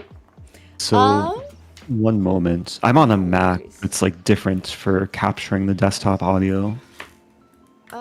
Are you struggling with the camera feed or the audio feed? I'm struggling with everything currently. Fair enough. Honestly, relatable. Wait, I just realized if you're not using your camera, you're just using audio.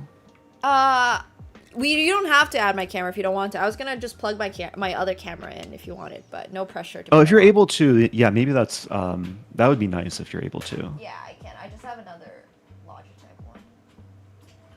Okay. But yeah, if you can't get your camera active, don't worry about it. Oh, but I see you on Discord already, so that's kind of nice. Yeah, sharing my camera is not an issue. It's just capturing your audio is going to be the trickiest thing. Got it. Okay. I'm gonna have to figure out.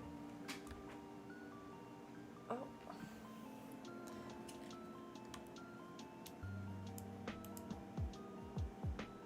Let's see. Oh, it's not that one either.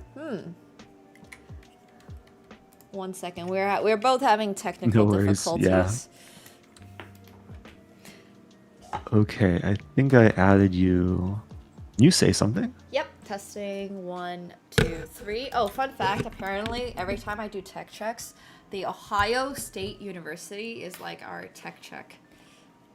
Oh, that sounds like a nice resource. Yeah, just to let you know. I don't know why it is, but apparently just like the enunciation lets the camera lets you pick up really clearly. Nice. Okay, I think my chat can hear you. I just have to add a gain filter.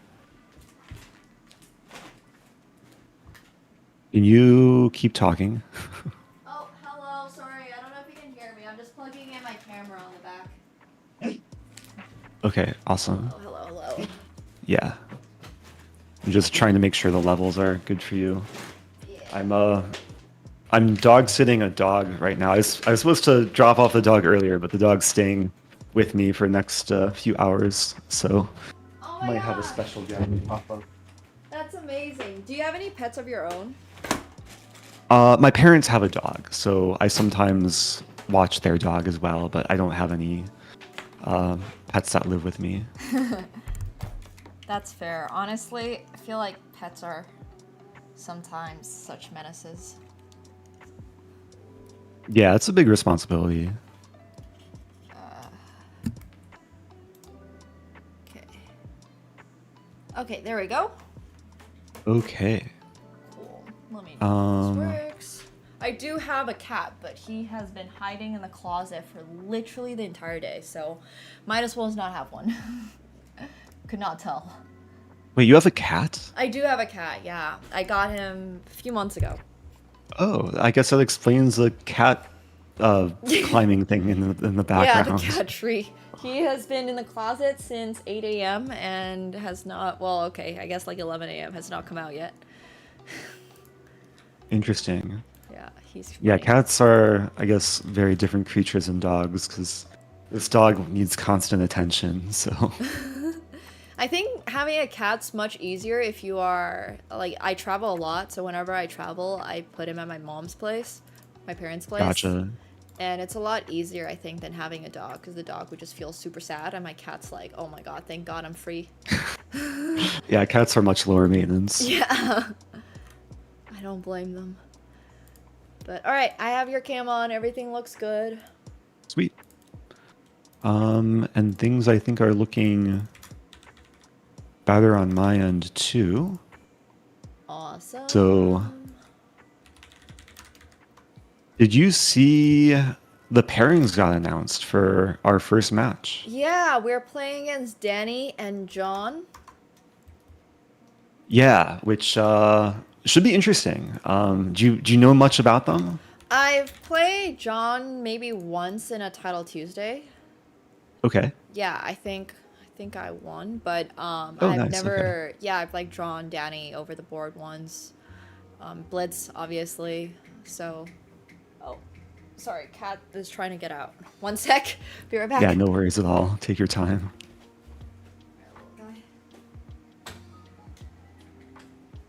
Osmo, do you want to say hi? I have another chair here for the dogs. Nice. He likes to make an appearance.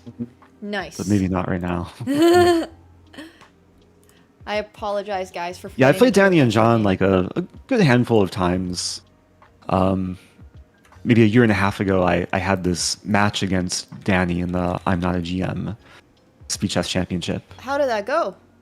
and it went well.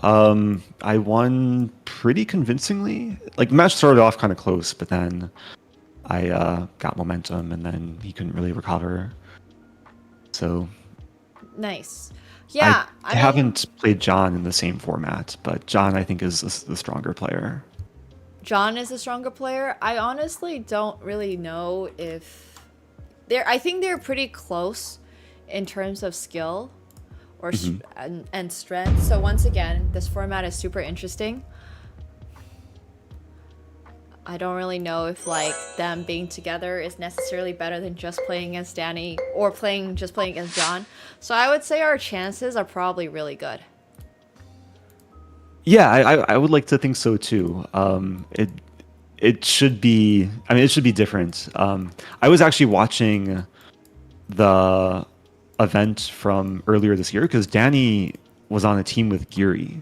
Wow! And I was curious to see how he operated working with, okay, obviously a much stronger player, but you could like very clearly see his like kind of his weaknesses come out when he's like trying to analyze positions. Of course, you see his strengths too. Wait, what are his weaknesses? I want to hear the weaknesses first.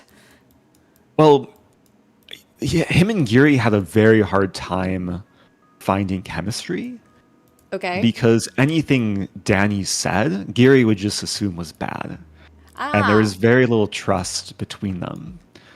I think the biggest weakness with Danny trying to help Geary is he would just like slow Geary down. Like Geary would be about to play a move, and then Danny would like be, "What about this? What about this?"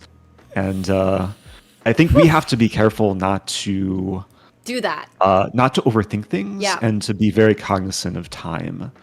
Because I think naturally in a team format, it's so easy to get caught up in discussion and deep analysis and just forget about the time factor. I agree. I think one of the biggest problems with the team format when you're... Oh, sorry, I was trying to finish up this GeoGuessr round with my... Oh, go for it, chat. yeah. No, it's okay. I'm literally playing the same time. I mean, it was apparently Uganda and I was in Cameroon, so a little far off. Oh, okay. Yeah, not close. At least the same continent, maybe. Yeah, maybe. But I was going to say, I think when it comes to team formats, like, not overthinking is the biggest issue, which is why if we are able to streamline the thought process, it would go so far, because I can 100% see when Danny and Bartholomew, like John, are working on the same thing. Because they're closer in strength, I think there's going to be a lot more dispute. Does that make sense? Yeah, it's possible. But then there's also a lot more like prospect of working together too. I think especially with the teams, like teams across the board for this event, and with us included, there's like we're all close enough in level where we can kind of be on the same wavelength, hopefully. Yeah, heard. We should try to be on the same wavelength for sure for the chess. All right. I'm just watching your GeoGuessr. My GeoGuessr one. I just guessed somewhere in Warsaw, and I don't even know. We did famous places, and not all of the places are as famous as other places, so I'm not exactly sure. I was lurking on your stream earlier, and I tried one round, and I think I guessed Hawaii, and it was the U.S. Virgin Islands. And I felt inadequate in such a game. I'm sorry. It's okay. That's why I stick with chess. Honestly, GeoGuessr is a really fun game, but yeah, if you get it wrong, I've gotten like, it was somewhere in, I think, Patagonia once, and I guessed Siberia. And it was like, that's literally about as far as you can get on a physical, like in the physical world. I think it was like 18,000 kilometers away. Yeah, I think Siberia is like far away from everything, so that's true. Can't blame you for that. Yeah, it was a bit of a mistake, but that's okay. I'm sure this chess is gonna go better. So we have our first round opponent already, and we should try to win. Yeah. I mean, hopefully we can be in good form and be focused. And I think a lot of it just comes down to our ability to like be laser focused on game day. And I mean, it's a 2-game match, so like anything can happen. And hopefully we can have fun in the process. Yeah. Do you think that they're going to play more of John's openings, or do you think they're going to play more of Danny's openings? I don't know. I really don't know. Okay, fair. Danny strikes me as a person not to like prepare so much. I agree. And he like, I think Danny is also a bit more consistent with what he usually plays. Like he's a Scotch opening player. He's a Dragon player. I think he plays like some Benoni, a lot of lines with like G6 against E4 and D4. Mm-hmm. And then John is a lot more flexible. Okay. So yeah, it's hard to say. I actually know that Danny, like when he prepared for me during the I'm Not a GM Speech F Championship match, he was consulting Fabiano, and Fabiano was like sharing his Super GM prep. No way, Fabi was sharing. That's what was said on the broadcast, like after the fact. So I don't know how much of the prep actually came into play, but well, it's okay because I think Fabi's still prep have is to be pretty careful. slow. Like, not slow in like a bad way, just slow in a. It's not like the most. Like, if you walk into Fabi prep, you're not gonna lose in 10 moves as long as you're not playing like the Nidorf or something, right? It's a lot of like Petrovs. It's a yeah, lot you might of lose on like move. in 20 moves on like move 20. He'll find some novelty. Yeah, so, sure, but what to do? I mean, okay, so should we think about their openings today, or should we practice? I think we should practice and try and just find our flow state, our chemistry, and then worry about openings a bit later, and maybe discuss in a non-public setting when it comes to openings. That's a great idea. I hear you on that. All right, so I am down to open it up to our viewers. Sadly, there's nobody particularly high rated in the chess category right this second, but if you have anybody. Yeah, are you accepting challenges on chess.com? Yeah, I should be. I don't think I changed it. Yeah, I have. I do. So I guess we can encourage people watching your stream or watching my stream. If you want to challenge Nemo on chess.com, your username is Nemsko. Yep. Nemsko. Mm-hmm. Then I think we'll just go ahead and accept the highest rated player who's challenging you. And sounds good. I guess the preferred time control is at least 10-0, maybe like 10 plus some increment would be Let's do even 10-5 better. if you have time today. Yeah, 10-5 is 10-5? totally fine. Okay. Yeah, guys. I'm pretty flexible. Sounds good. Chat, if you guys are sending challenges, send 10 minutes plus 5-second increment, unrated to Nemsko, and then you guys will just accept the game with the the person with the highest rating. Oh my gosh, English is tough. That's okay. Thank you, Mega. As long as we can speak the language of chess. It's true. Oh my gosh. I think chess, I've played so much. I could play literally at any given time. And it's just, like, it's just play so much. But I'm sure you're the same. I like to take breaks once in a while. I respect that. I'm just realizing I should also clarify. We're taking unrated challenges. Yep, unrated. Because we want to make sure that we're not farming anyone and that we're not going to get banned for TOS or fair play violation. As long as it's unrated and people know what's going on, it should be fine. All right, we have a 2371 here coming in with Blenderfest. All right, I'm accepting the challenge. Sounds good. Oh, we're playing black again. Let me know if you can see it. If not, I can send you the link too. Yeah, if you can send me the link. I don't know how to like observe a player. That's okay. Honestly, the chess.com like interface is a little scuffed sometimes. Yeah, sometimes it just like automatically follows, but let me know if you. I dropped you the link on Discord. Let me know if you can see that. Sweet. Okay, I got it. Cool. All right, we're black. I'd say like play what you usually play. Okay.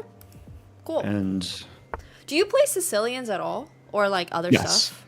I mainly actually play Sicilian as my okay. major opening. So I saw you play some Sicilians too. Yeah. In C4. I mostly just play rousers. Here, do you have a preference over bishop c5 or knight f6? Usually bishop c5. I avoid the like fried liver lines. Nice. All right. Yeah, I think another thing that I can do as homework is like I'm just gonna, you know, or you can just tell me which you have a much bigger opening rep than I do. Just tell me what openings you're roughly are like currently comfortable with, and I'll try to stick to them. Yeah, we should definitely have like a secret call at some like off stream to discuss. I mean, but I've played this line for many years from both sides actually. This Italian setup. Do you play A6? I usually like to play A6 here. Yeah. Okay. Bishop A7 like pretty quickly. Yeah. All right. Sounds good. You probably have a bit more experience in this because I haven't played this in a little while from the black side. I honestly, like, while I more or less play the same few openings, I honestly hardly ever look at theory. Okay. So that's something that I will keep in mind and go over some of my like past games or recent games, and make sure. I mean that's okay. Like 95% of chess games that we play are not decided in the opening, so that's true. It's nice to have the early momentum sometimes. Yeah, D6 or costling.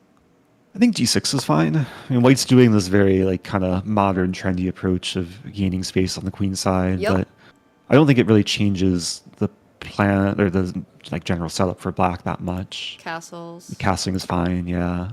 Yeah, and then for the plan in this, do you go with H6, knight E7, knight G6, or do you have a different plan usually? Yeah, I was gonna say that this is one of the main plans, and this is like usually my default plan is just maneuver the knight to E7 and G6. Which I think you can just start with. Like we're not really concerned. Like knight E7, bishop G5. Yeah, we play just knight G6. Right, so cool. Yeah, I don't think there is a need to play H6 there. Nice. I was gonna say there's another plan in these positions of sometimes moving your F knight and playing F5. Oh yeah. But heard. We can just start with the knight maneuver. C6, queen C7. I like it. Yeah. All right. All pretty natural. It's kind of a Breyer idea, actually. Maybe putting. Yeah, you're getting like very nice piece harmony and like gradually building up in the center. Yeah, I like queen C7 here. Okay. Yeah, queen C7 is nice and multi-purpose because we're basically over defending e pawn, so D5 is now more feasible. Yep. And we free the D8 square for eventually rook D8. Yeah, and basically for everybody, I am going to be the one controlling the board at all times. The lower rated person does that. Right. I'm definitely the lowest rated person in this. So I actually don't know, like, during the actual event, if I'll be watching the game on chess.com or you'll be sharing your screen. Ooh. I'm sure we'll find out during our tech call coming up. Oh yeah, that's a really good question because then you can see like my arrows and then all my like. I could see like if you're about to like make a bad move, a move or a mouse slip or something. It's just And also, if I'm observing the game on chess.com, like I have to constantly resist the temptation to turn on the eval bar. Oh, that's true. Yeah. Okay. I have like decent self-control, so hopefully it's okay. I'm happy to screen share in future. I just know it's easier to like just have the board on your. Of course. Don't have to capture. Yeah, I can draw my own arrows too. Yeah. Thoughts on D5 or bishop E6 or H6 here? H6 is my probably preference. Yeah, I like H6 too. Okay. Because now like D5 bishop G5 may have been like a small annoyance. Yep. Very much so.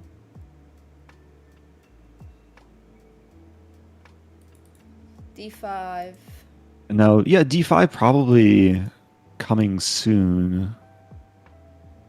I guess it's a question if we want to play D5 like ASAP or start with like rook E8 and maybe even bishop E6.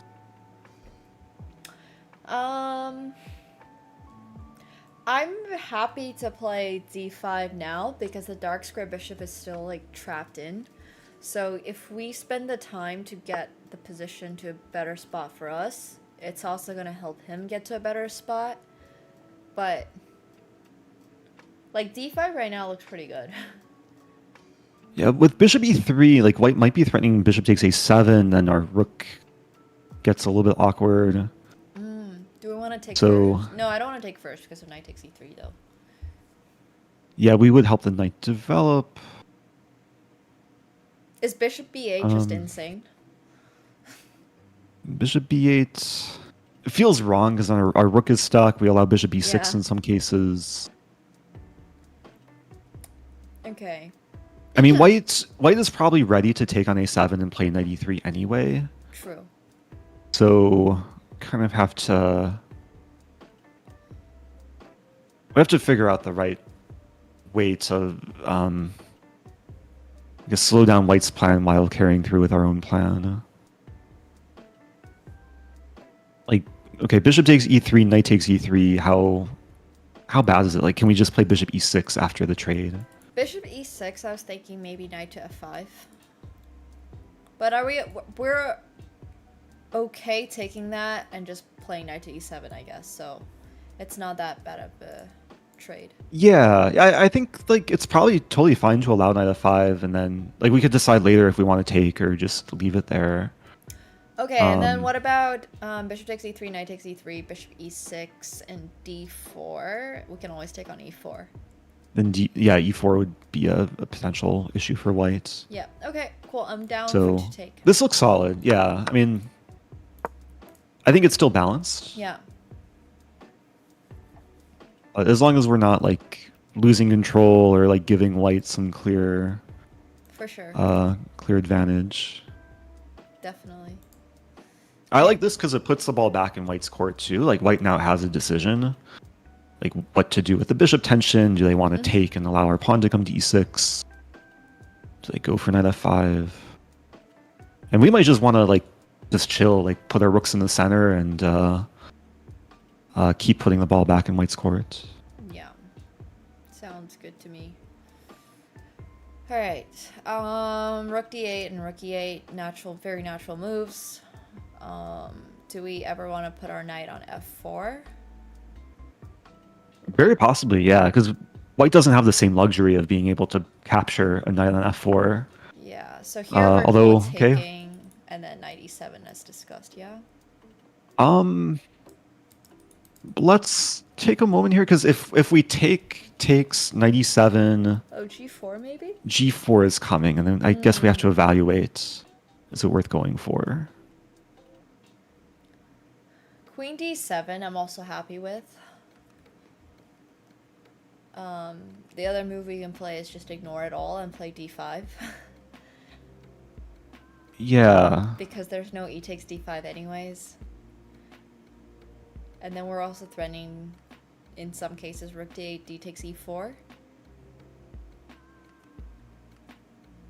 I'm taking a moment here. There's like a lot of different things to consider. I'm starting with the most forcing line. Bishop takes f5, takes f5, knight e7, g4. I'm imagining we have this maneuver knight d5 to f4. Yep. Getting an outpost. I'm just worried about doing that and then them playing f6. Oh, white playing f6. Yeah. Yeah, or even like g5 and d4. Like white has potential to make things difficult for us. You mentioned queen d7. Super solid, super safe. Which I think is just more practical. I think it's the type of move we can probably just play quickly. Okay. And You don't think it's worth calculating d5? d5 is also interesting. Yeah, d5 is a little bit more dynamic. It goes with our plan. We can play rook d8, rook e8, regardless of what white does. And even if g4, we still have knight to f4, and there's never d4 because we have d takes e4 with tempo because we're hitting the knight on f3 and the knight on f5. So I'm good with d5 actually. I think you made a good case for d5. Yeah. I think at first I was a little bit hesitant because e5 is now less defended, but as long as our queen and knight stay defending e5 and our rooks come into the game, and it's actually not clear what white is like doing here. Like white might just play queen e2, rook d1 and try and hold their ground. Well, queen d2, we have d takes e4, right? I said queen e2. Oh, sorry, queen e2. Queen e2, But same. actually, knight f4. Wait. Oh, actually, d e4. Yeah, the Yeah, bishop's wins a hanging. knight. Yeah, Right. okay. Or yeah, a minor piece. Yeah, both queen moves. Good point. They lose a minor piece. So queen c2, I guess, is really the only one they can play. And if queen c2. I'm also just realizing, like I mentioned, rook might be coming to d1, but the rook is tied down to defending a5. a5. Yep. So what white uses, like trying to make a strength, is now turned into a weakness. Yep. I definitely think if queen c2, which just looks like one of white's only moves, we should just play rook to e8. Like rook e8 quickly, and yeah. And then just make sure that I like it's it. always defend, and then rook d8 immediately after. So one of the things I did want to discuss is like, what should we think about when it's the opponent's time? Because we're technically two brains, so should one of us be looking at short-term tactic? Should one of us be like... I think what we were just doing by just kind of going with the flow and speaking openly about like what's crossing our minds is a pretty good approach. Perfect. Okay. I mean, in general, though, like it's always good practice to keep thinking on the opponent's time and like keep asking questions about what the opponent's threats are, what pieces in our position can be improved, what the potential weaknesses are. So like there's different perspectives we can take from the position. For sure. So rook d8. Knight g3. Rook d8 I like, yeah. Okay. Just Doing well on time. Yeah, making moves fast when we can. Now we have a lot of ideas with knight to f4, d takes e4. Here we should probably go rook e8 first. I'm good with rook e8, just quick move. Yep. Pieces are pretty much optimized. Yeah. Now white's in the spot, like they got their knight safe to g3, and then now they're just kind of doing nothing, so... Knight to f4. Question. Now. Oh, knight to so f4. Knight f4 if white takes on d5. Bishop takes. Bishop takes.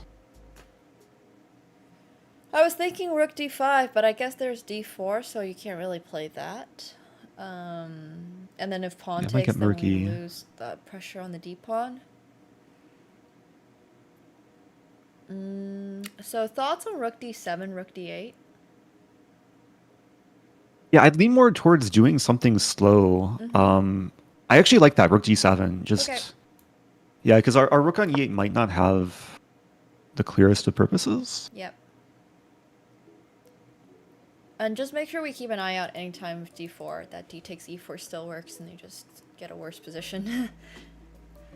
Right. We just have to make sure that breakthrough never works so we can keep the pressure up. Thank you, Course Light. Thank you so much. I'm trying to consider, like, what is white doing here? Like, because after a move like king h2, it's pretty clear white doesn't know what to do. So we have time to like keep gradually building up. Ooh, that definitely feels like it's gearing up for a d4 pawn push. Getting the king out of the way so we don't have d takes e4 with the pinned knight on g3. Right. So, okay, let's say rook e d8, d4. Can we take on... Taking on Can e4, calculate takes on knight e4, but then bishop e6.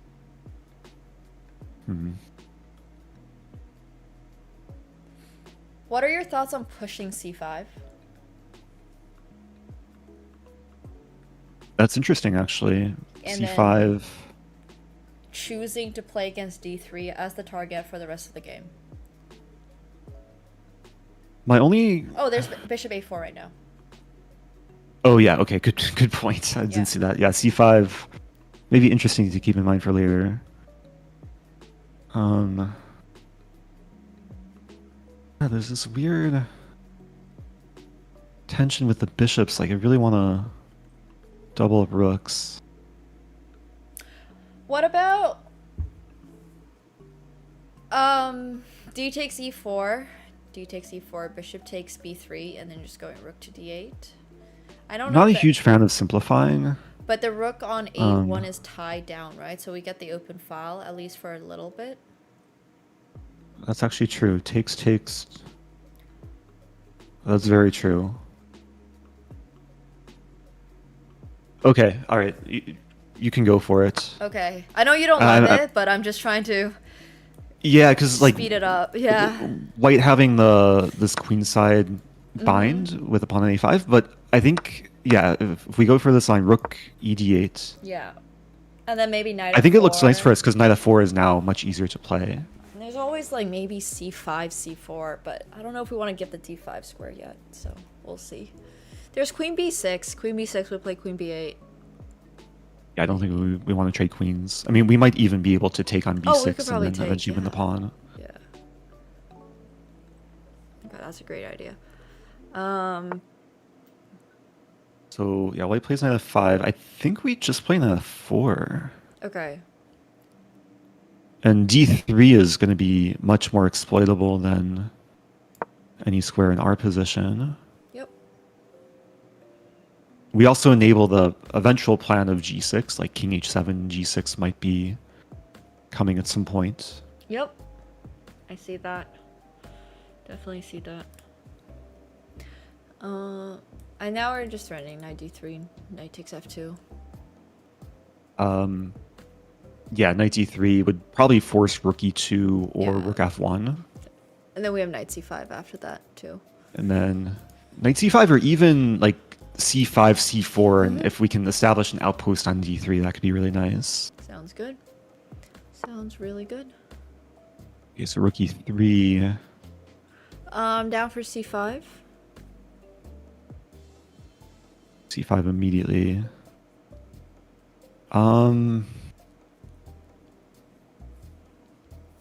I would lean more towards getting in like king h7, g6. Okay. Kick the knight back. I think it's just a little bit more flexible. Sounds good. Thoughts on going, no, I was thinking knight h5 and then g6, but knight to g3. There's no real point in doubling his pawns on the g file, so we'll skip that. I see what you mean. Yeah. Yeah, I think we just like play g6 and then the knight's kind of restricted for white. Sounds good. Once it goes back. Okay. I mean, I might just play king g7 here quickly to make sure f7 is better defended. Perfect.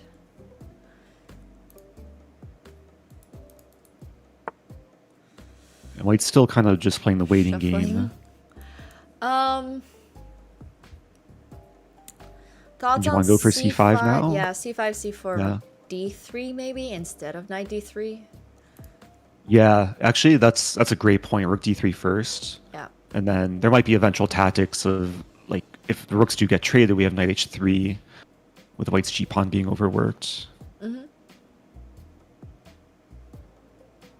And white's rook on a1 is still tied down, so it's uncomfortable. Yeah. c5, c4. c4? Yeah, do it. And then rook d3 looks pretty solid. Yeah, nice positional progression so far. For sure. This is one of those like Italian/Spanish plans that we've seen so many times. Rook d3. Definitely. Rook d3, yeah. Okay. Done. And then if rook takes ever, c takes, so we can take the e4 pawn. Oh, good points, yeah. And then I'm thinking queen to c5 looks great. I'm happy to sack an exchange, not necessary, of course. In what way? Going queen to c6. Just leaving the rook. Yeah. I think it's just more practical just to save our rook. Like, maybe move back to d6. Okay. Like, we're in full control. White's just super passive. And maybe we can keep gradually improving. Mm-hmm. Although, okay, now our pawn... Queen c5. Okay, queen c5 looks good. Yeah, great improving move. Queen is so useful here. Yeah.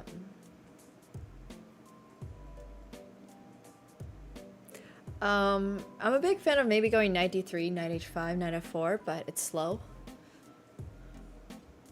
Knight d3. I see what you mean. Yeah. That's interesting. like maybe starting with knight d3, just Mhm. establish the dominant knight and then decide. Works for me. Let's do it because the Let's pawn do it, is also yeah. hanging. Oh, the pawn on b2 for white. Yep. So, man, we're so close to tactics. I was looking at like knight takes f2 and knight takes e4. But Knight on f1 still holding the e3 rook together. But exactly. I think we can just go with knight to h4. Sure, go for it. Yeah, this H5. kingside knight is the one knight not doing much. Oh,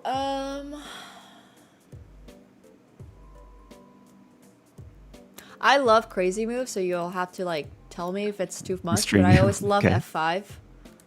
Like f5 just screams. Probably too crazy here. Probably want to save our time too. So I don't think it's necessary. I think we can keep kind of gradually improving. okay. Um, Thoughts on going queen b5? Go for it. Yeah, I like it. Just simple attack. Tie white down even more.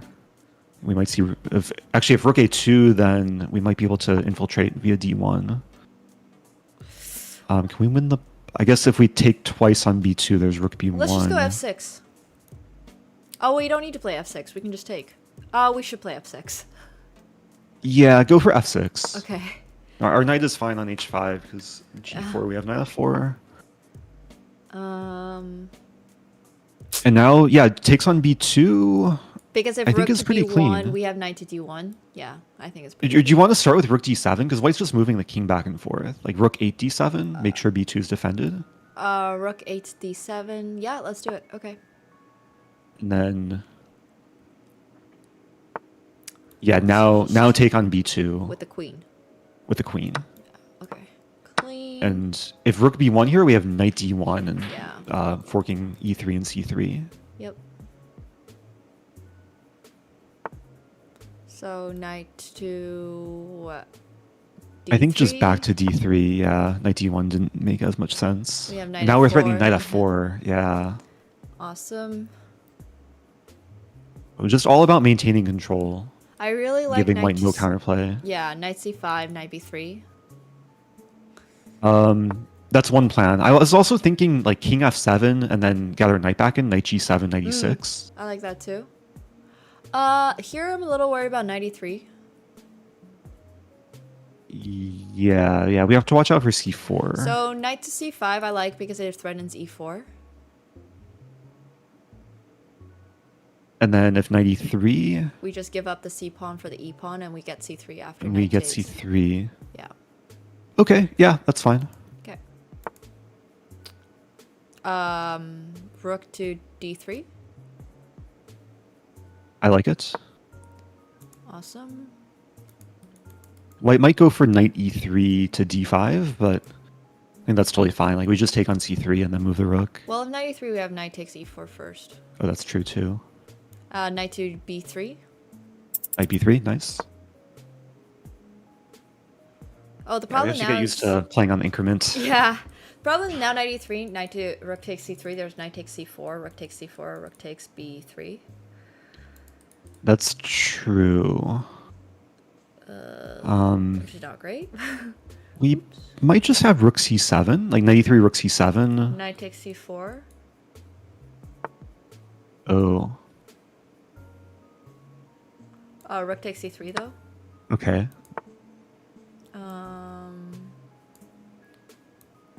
Do we have rook d to d3? And how does white 91. defend the knight? 91. Knight Oh, 91 and we have then knight d4. Wait, rook d3, knight e1, knight d4? Rook d4. Rook d4.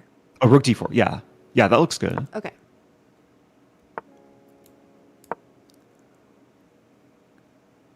Little? As soon as we get the chance, we should get our knight back into play. Yes, we should very much. Takes? White's gonna play knight d2. We're so close to tactics. Oh, I think it might be safer to play rook d7, keep the b pawn defended. And now we're threatening knight c5. Yep. Let's get, yeah, you're right. We should maybe play king to f7 now, whenever we have a chance. Rook c7. You have rook c7. No. Knight d5 is coming. Oh yeah, okay.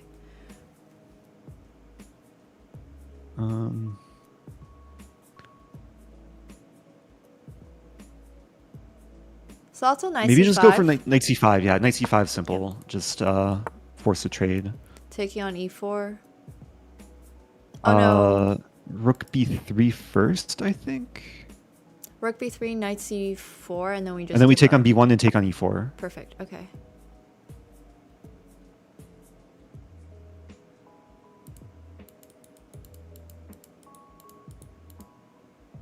Yeah, just get ready to. I think we're probably going to see knight takes e4. And we take on b1. Rook takes b1. Knight takes e4. And we're still up a pawn. Yeah. And hopefully we'll finally have time to get our h knight back into play. Yeah. Oh, we're up 2 pawns actually. Okay. Knight to c5 first. Sure. Okay. I think that's It's just nothing safe. wrong I'm with just it. being safe. King to f7. There's e4 too, which looks nice. Go for e4. All right. Because the knight has to go back somewhere sad. Yeah. And then we even have f5, not f6. f5. Yeah, I like f5 a lot. f5, f4. Okay, well not anymore. But now we should play knight f6. Knight f6. Yeah, we're not scared of knight e5. Yeah. Rook to e7. We have rook d2. Rook d2. Why not? Like we trap the knight in on e1. Okay. And now e3 is a threat.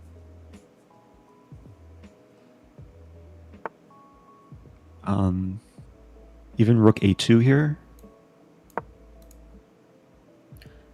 Okay, yeah, rook a2. The rook's interesting. No, there's no way to trap it. If knight to c4, I like rook to a1. Rook takes a5. Take it, yeah. Maybe throw in the check. Okay.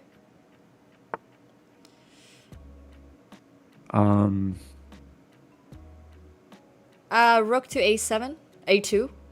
Rook a2, yeah, nice move. Yeah. It's hard to defend g6. We have to give it up. Yeah, it should be fine actually. Yeah, it's totally fine. We should keep b7 over g6 is the way I'm thinking we should like. Okay, do we have E3? e3? Yeah. Has to be, right? Yeah. Now we're gonna win f2 and then. Taking with rook on f2. Yeah, white can't stop it. Yeah. Oh, there is. Okay, there knight. Rook Knight f5, takes but f2 rook to f2. check. Now. Knight to e4. Knight fe4. Knight f5 is coming. I'd say king f7 first. Gotta move fast. Yeah. Rook e2. Our king side's kind of crumbling. True. Ooh. Knight h6. We just allow a draw. Knight h6. Shoot.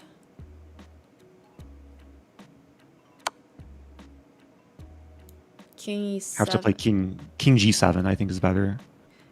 King g7, knight f5. Oh yeah. Yeah, we have to repeat. The problem is king e7, knight f5. Do we want to try and win this? Probably really hard, right? Okay, we can take a draw.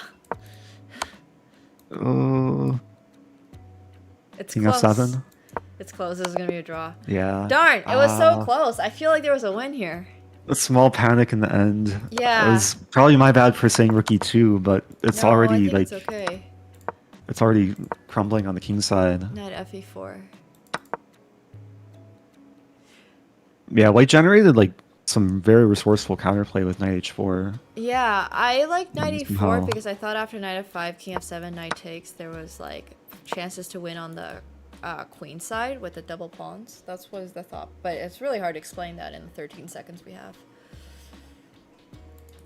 Knight e4 instead of Yeah. rook e2. Yeah, Yeah. that's what.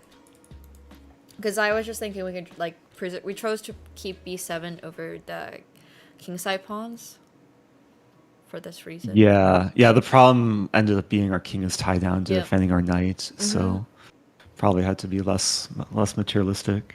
But it's okay. Honestly, I think like we've been getting so close in all these games. We can just do it. I think that was a great game overall. Like I Yeah. think we worked well together. You saw a lot of things I was missing, and like we made sure we were in control like basically the whole game.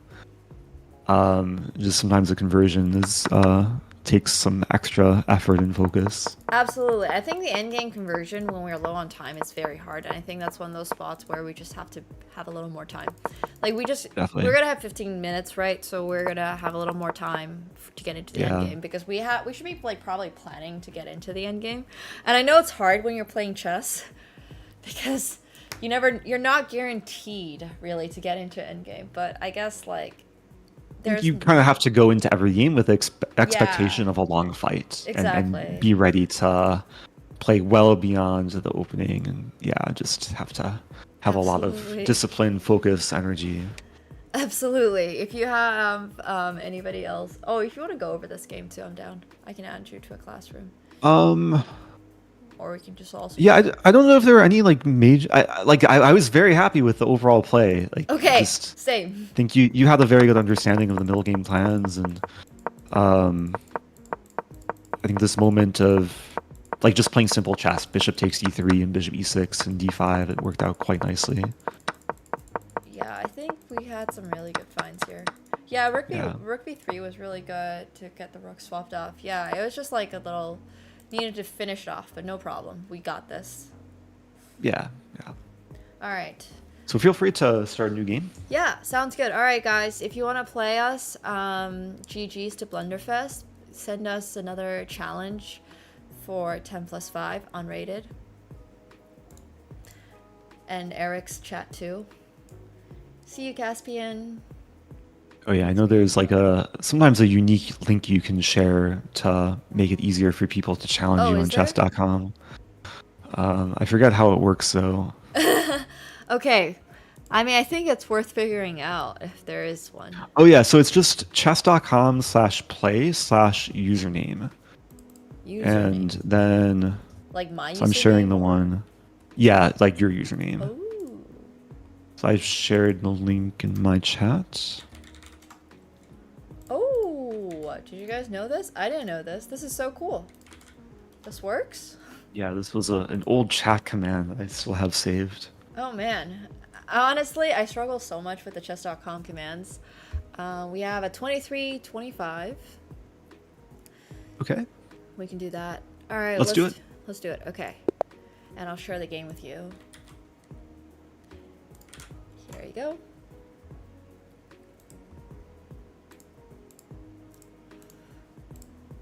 I'm happy with either d4 or e4. I play mostly the Zukertort Coley systems, Miran systems. Oh. With d4. Okay. And I mostly play e4 otherwise. Sums it up. Let's do e4. Let's be a bit more direct. Sounds good. You usually play the Spanish, right? Yeah, I usually play Spanish. Sounds good. But I don't know if it's necessarily a good idea to like. Once again, we can talk about all this off camera so that stream doesn't know what secret openings we're preparing. But unless told otherwise, I'm just gonna autopilot like mainline theory. Sure. Just curious, what line you play in this position? I play h3 first to avoid to avoid the worst lines of the marshal. Avoid the marshal, yeah. I usually like to play d4 as like an interesting anti-marshal, but I play c3 here, followed by d4. Okay. Okay. This one is like kind of tricky because you can't actually accept the gambit here. Yeah. Because there's not f4 in the end. So we should play d4, right? I vaguely recall d4 is a move. I gotta admit, I don't play this very often. If I see that someone plays the Marshall, I play the D3 Spanish. When I do prep. Oh, interesting. Okay. Yeah, I just avoid all Marshall lines entirely. I'm gonna have to try and remember. Okay. Because I once like lost in like within 13 moves against a GM in this line. Oh God. By taking both pawns in the center. Traumatizing. So, yeah, at least I remember how not to lose. We like that. That's a start.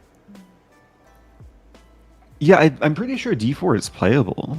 Okay, so D4, D takes E4, knight takes E4. And then knight takes E5. Pawn takes, queen takes D1, bishop takes D1 probably. Yeah, if you just want to play D4 quickly, I'm almost certain it's like a very playable move in the position. Sounds good. I'm also pretty sure it's not the main line, so hopefully our opponent will start thinking. True. This is exactly the type of thing I'm worried about. Like, I mostly only play a few openings, so if they catch it and they find something new, then I'm not the most familiar with the sidelines, which I... Yeah, as long as we can, like, not lose immediately and get out of their prep, then it should be okay. There's just so many sidelines out there. Ugh. Uh-huh. But... let's see what happens. So if E takes D4, you think it's worth to play E5 first? Followed by C takes D4? I think so, yeah, that's like very typical idea. And then Black's bishop is misplaced on B7, like completely blocked in by the D pawn. Sounds good. But yeah, there's, I guess, a major decision for Black, which pawn to take in the center or to somehow leave the tension. I imagine taking on E4 is probably more likely. Yep. But there's two options. There's knight E4 and D takes E4. I think it's gotta be knight takes E4. I think D takes E4, E takes F3, E takes F6. Just bishop takes looks kind of awkward for us with the pawn on F3 still. Because queen takes F3 looks bad. Wait, sorry. You're saying after DE4 is to start? Yeah, if DE4 I don't think is good because DE4, EF3, EF6, just bishop takes F6. Oh, you're saying D takes E5. Yeah, sorry, D takes E5, not pawn. Okay. Yeah. So takes and then takes. Looks kind of bad.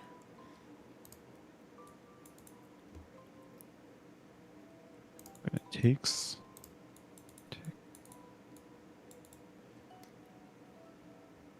Yeah, I would lean more towards knight takes E5 in this position. Same. Okay, playing it.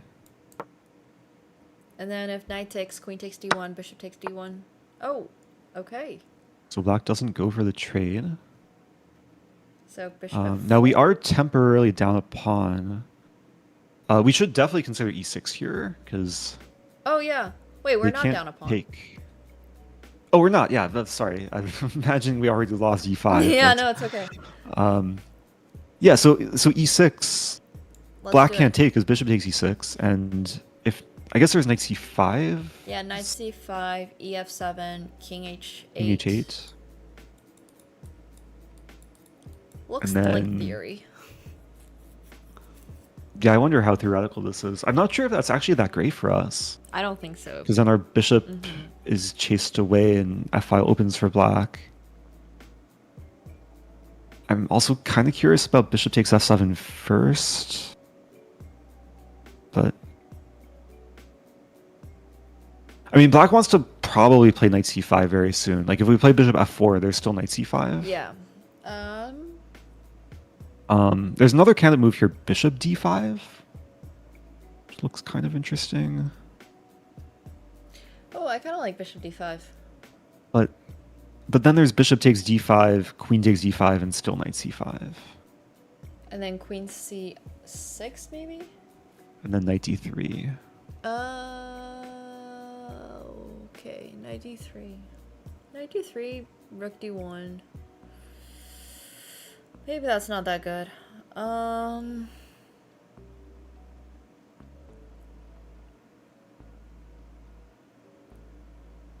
guess there's always like... I mean, we can always go into a worse endgame, but I know we both don't really want to go into a worse endgame. Worse endgames, honestly, seem like they suck.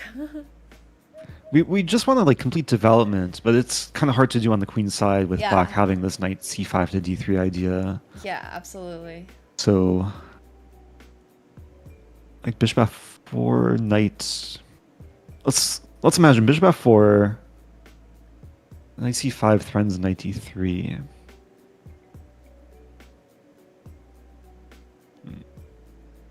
Okay, openings are always a problem, huh? He said. Just find a way to get out of this, okay? Yeah.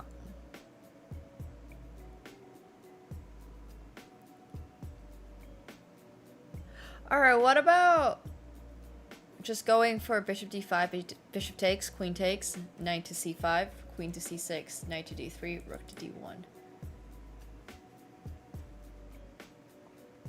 Oh, there's knight takes bishop e5. And yeah, e5's hanging or bishop e5. Yeah, it's like I was kind of thinking about bishop e3, knight c5, and then take on c5.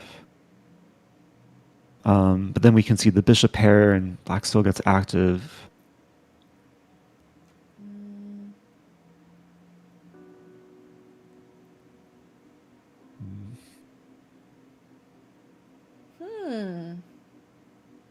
A struggle, for real.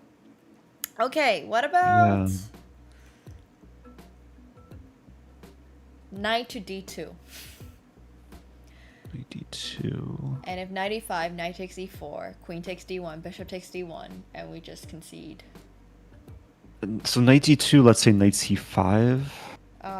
Bishop c2. Knight d3. Bishop, rook to e3.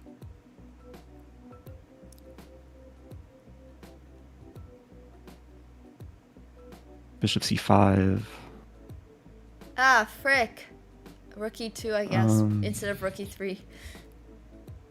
Yeah, it's like all the lines seem like they have these similar like issues of getting passive. Yeah. What about... No.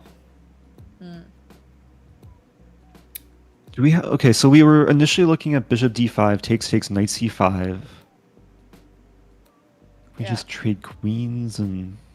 Trade queens is knight, like, face... Oh, I guess there's no knight e3 because the e-pawn's hanging. Yeah, it's still an issue. What if we sacked and just went for bishop e3, knight e5, bishop d4? Knight d3. Queen g4. Bishop f6, I guess. It's not great. Okay, we're gonna have to just play a move soon. Yeah, I can't believe we've been spending this much time on this move. This is wild. Alright, I have no idea. Okay, I have one idea. Yeah. Bishop f4, knight c5, queen g4. Bishop f4, knight c5, queen to g4. And just try and attack. If knight d3, we have rook d1 or even rook e2. Even bishop h6. Like, there's options. Yeah, let's do it. Okay, let's use bishop f4. Yeah. It's like literally the first move you mentioned when we got to this position. Yeah. Alright, queen to g4. So I think queen g4 just quickly, and at least we have some options after knight d3, I think. I think knight d3, I'm honestly a big fan of rook e3, and then... The first move to calculate, I think, after knight d3 is bishop h6. Just threatening mate. Problem is g6, no? And then we take on f8. Oh, they take on e1? Oh, I guess we can just move. We take on e7. Yeah, okay. That's fine. Yeah, I'm cool with that. So, yeah, at least we're, like, creating some initiative on the king side. Yeah, I'm gonna pre-move a takes b3. And then... That's fine, yeah. Yeah, we should go for knight d2, I guess, after. Okay, so if Yeah, we want to play knight d2 as soon as possible. That makes sense. Wow. Guys, this is why prep is so important. Don't be like me. Don't be a one-trick and then not even know your own opening. I think it was actually good that we took a lot of time because there was so much danger in the other lines. At least, like, this is something that we have a playable position. That's interesting. So e6, I don't think accomplishes much. Queen g3. I don't like queen g3 because of bishop h4 knight d3. Wait, so queen g3, bishop h4, knight d3. Wait, sorry. Queen g3, bishop h4, queen e3? Yeah, queen e3, knight d3, maybe rook. And do we have queen takes e4? Threatening our- a8. Oh.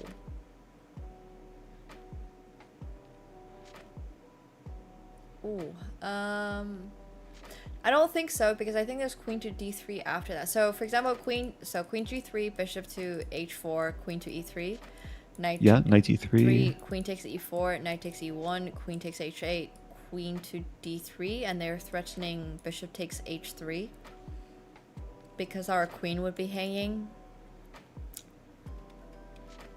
I see what you mean. We have queen d5. We do have queen d5. Queen d5, queen d5.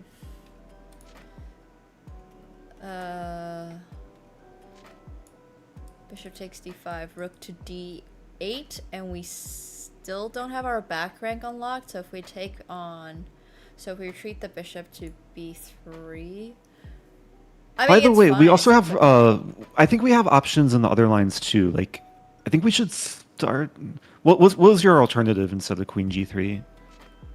I'm fine with queen g3. I just want to go queen e3 Okay. and then rook to d2. You mean queen e2? Sorry, queen g3, bishop to h4, queen Yeah. to e3, knight to d3, rook to e3. Let's start with queen g3. Okay. Yeah, I think queen g3 is fine. Okay.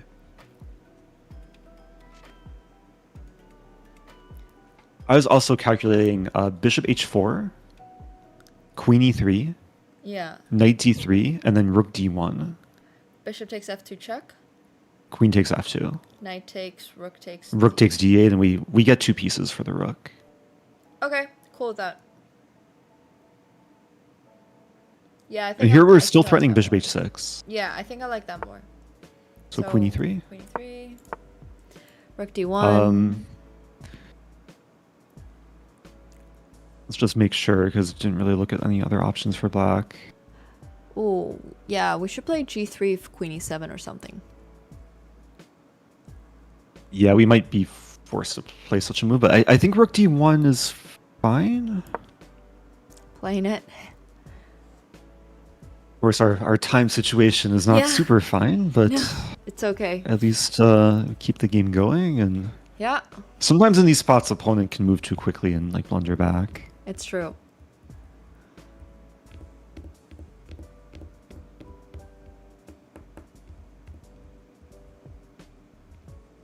So if it's our move here, like what's our threat? Honestly, I would say it's g3. G3 and queen takes e4 probably. Yep, it's g3. Okay. And then And bishop g3 is also a safe move to keep in mind. Yeah, bishop g3 is the same version of g3, but I prefer g3. I want to do something forceful. What I'm a little worried about is maybe like queen e7. And if queen e7 and we go g3, oh, I guess the bishop's kind of trapped, so. Yeah, it's an awkward square for the bishop. Like if bishop takes Yeah. f2 doesn't work, then might just get chased away or stuck. Yeah, and they play something like g5. We always have bishop g3, so. That's true. So let's say black plays like bishop e6. bishop b7 or bishop f5, just defending yeah. e4. Okay, bishop f5, g3. Bishop b7.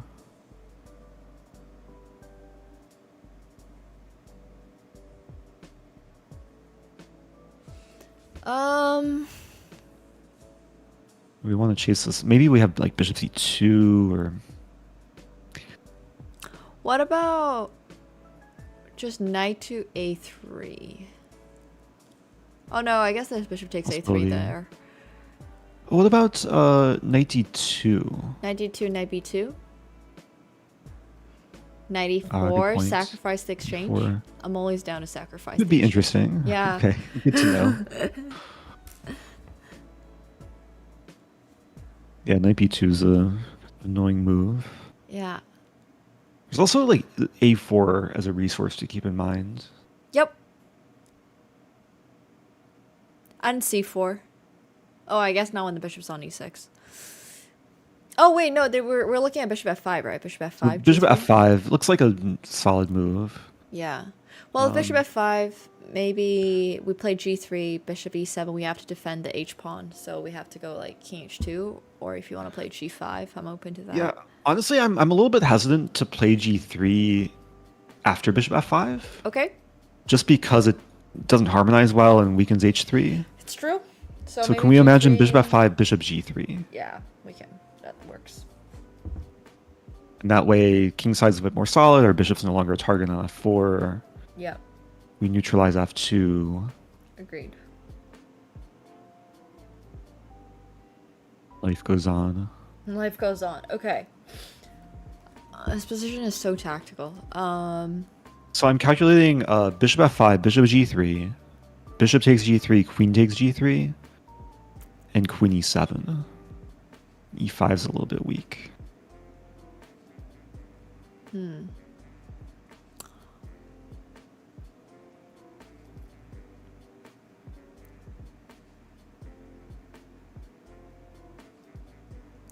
That seems like a very annoying problem. Yeah. I don't see anything there, actually. I was actually just wondering about g4 here, but it looks a little bit...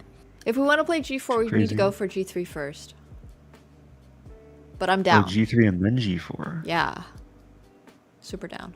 But black has a plan bishop c5 or bishop e7 to c5, Ah. and then f2 is an issue. Okay. I say we start with bishop g3 and then Alright. save time. Like we might lose the e pawn, but So maybe bishop get something for it. g3 we take with the pawn. Nope, never mind, doesn't matter. Okay, well, now bishop c5 is not as big of a threat because f2 is defended. Thoughts on c4? Go for it. Okay. Bishop c5, queen to e2. Yeah. Okay. King to h2. What's the threat? Oh, Queen yeah. g3. Okay, king h2 looks fine. Alright, yeah. It's probably close between king h1 and king h2, but I can't figure it out right now, so this is I fine. like king h2. It just keeps everything a bit more defended. Alright, next move will be Knight c3. yeah, knight c3.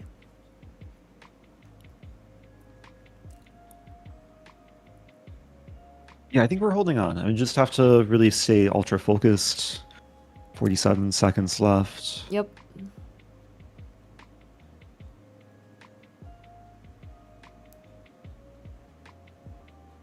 This is where the real game begins. Exactly.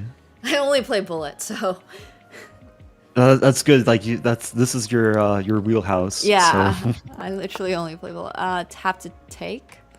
Actually, we don't have do to we have take. queen d2? Queen Queen d2, d2 pins a h3. knight. Queen d2, knight h3 though. G takes queen to GH? h5. And then can we play like queen f4 and just save our king? Yes, I'm down. Queen d2, yeah, just gotta go for it. And Yep.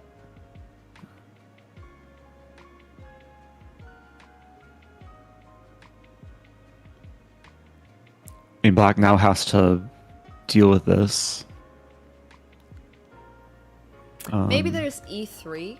F takes e3, rook to d8. Then we could take on f4 and counterattack the tempo. queen. Okay, cool. I mean, e3 still might come to just deal with the pin.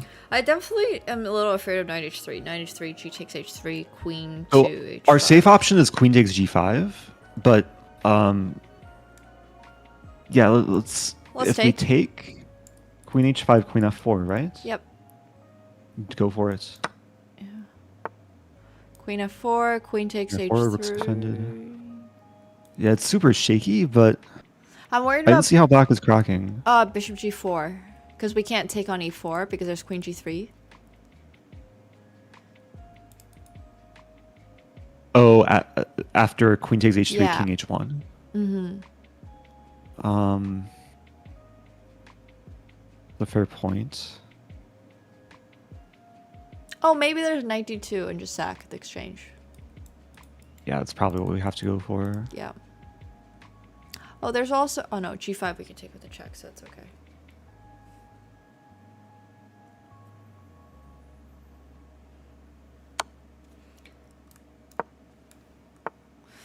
Knight d2. Yep. And then take with the bishop on d1. Why not rook? Because I kind of want to go bishop g4, but I'm also open to rook. Ah, I see. Yeah, I like the idea of bishop g4. Okay.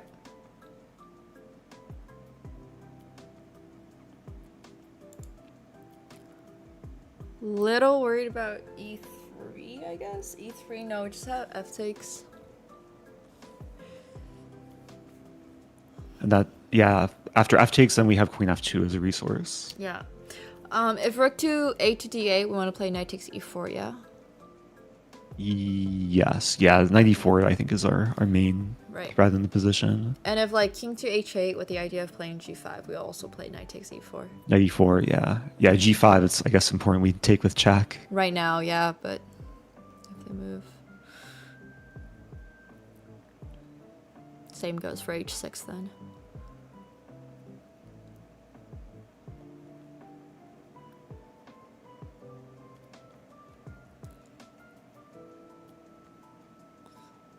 Feels like we're weathering the storm. Yeah, I think so. I think the exchange is not bad at all for us. We do get the e-pawn as well, and then we just have to be a little careful.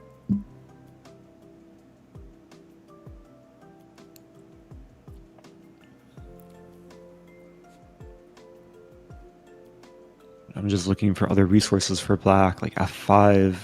Yeah, f5 we ignore. Or We just take on b5 with check. Yep. Okay, so knight takes e4. Yeah, looks good. Yep. And now we can take on g4. Knight f6. With the queen. Oh, yeah. With the queen. And we have knight f6 first, but take on g4. Yeah, okay, this looks cooler. Oh no, my queen. Oh no, my queen! Set Oh, the yes. line! Yeah! Okay. Alright, that's We a great survived. spot, Eric. Nice.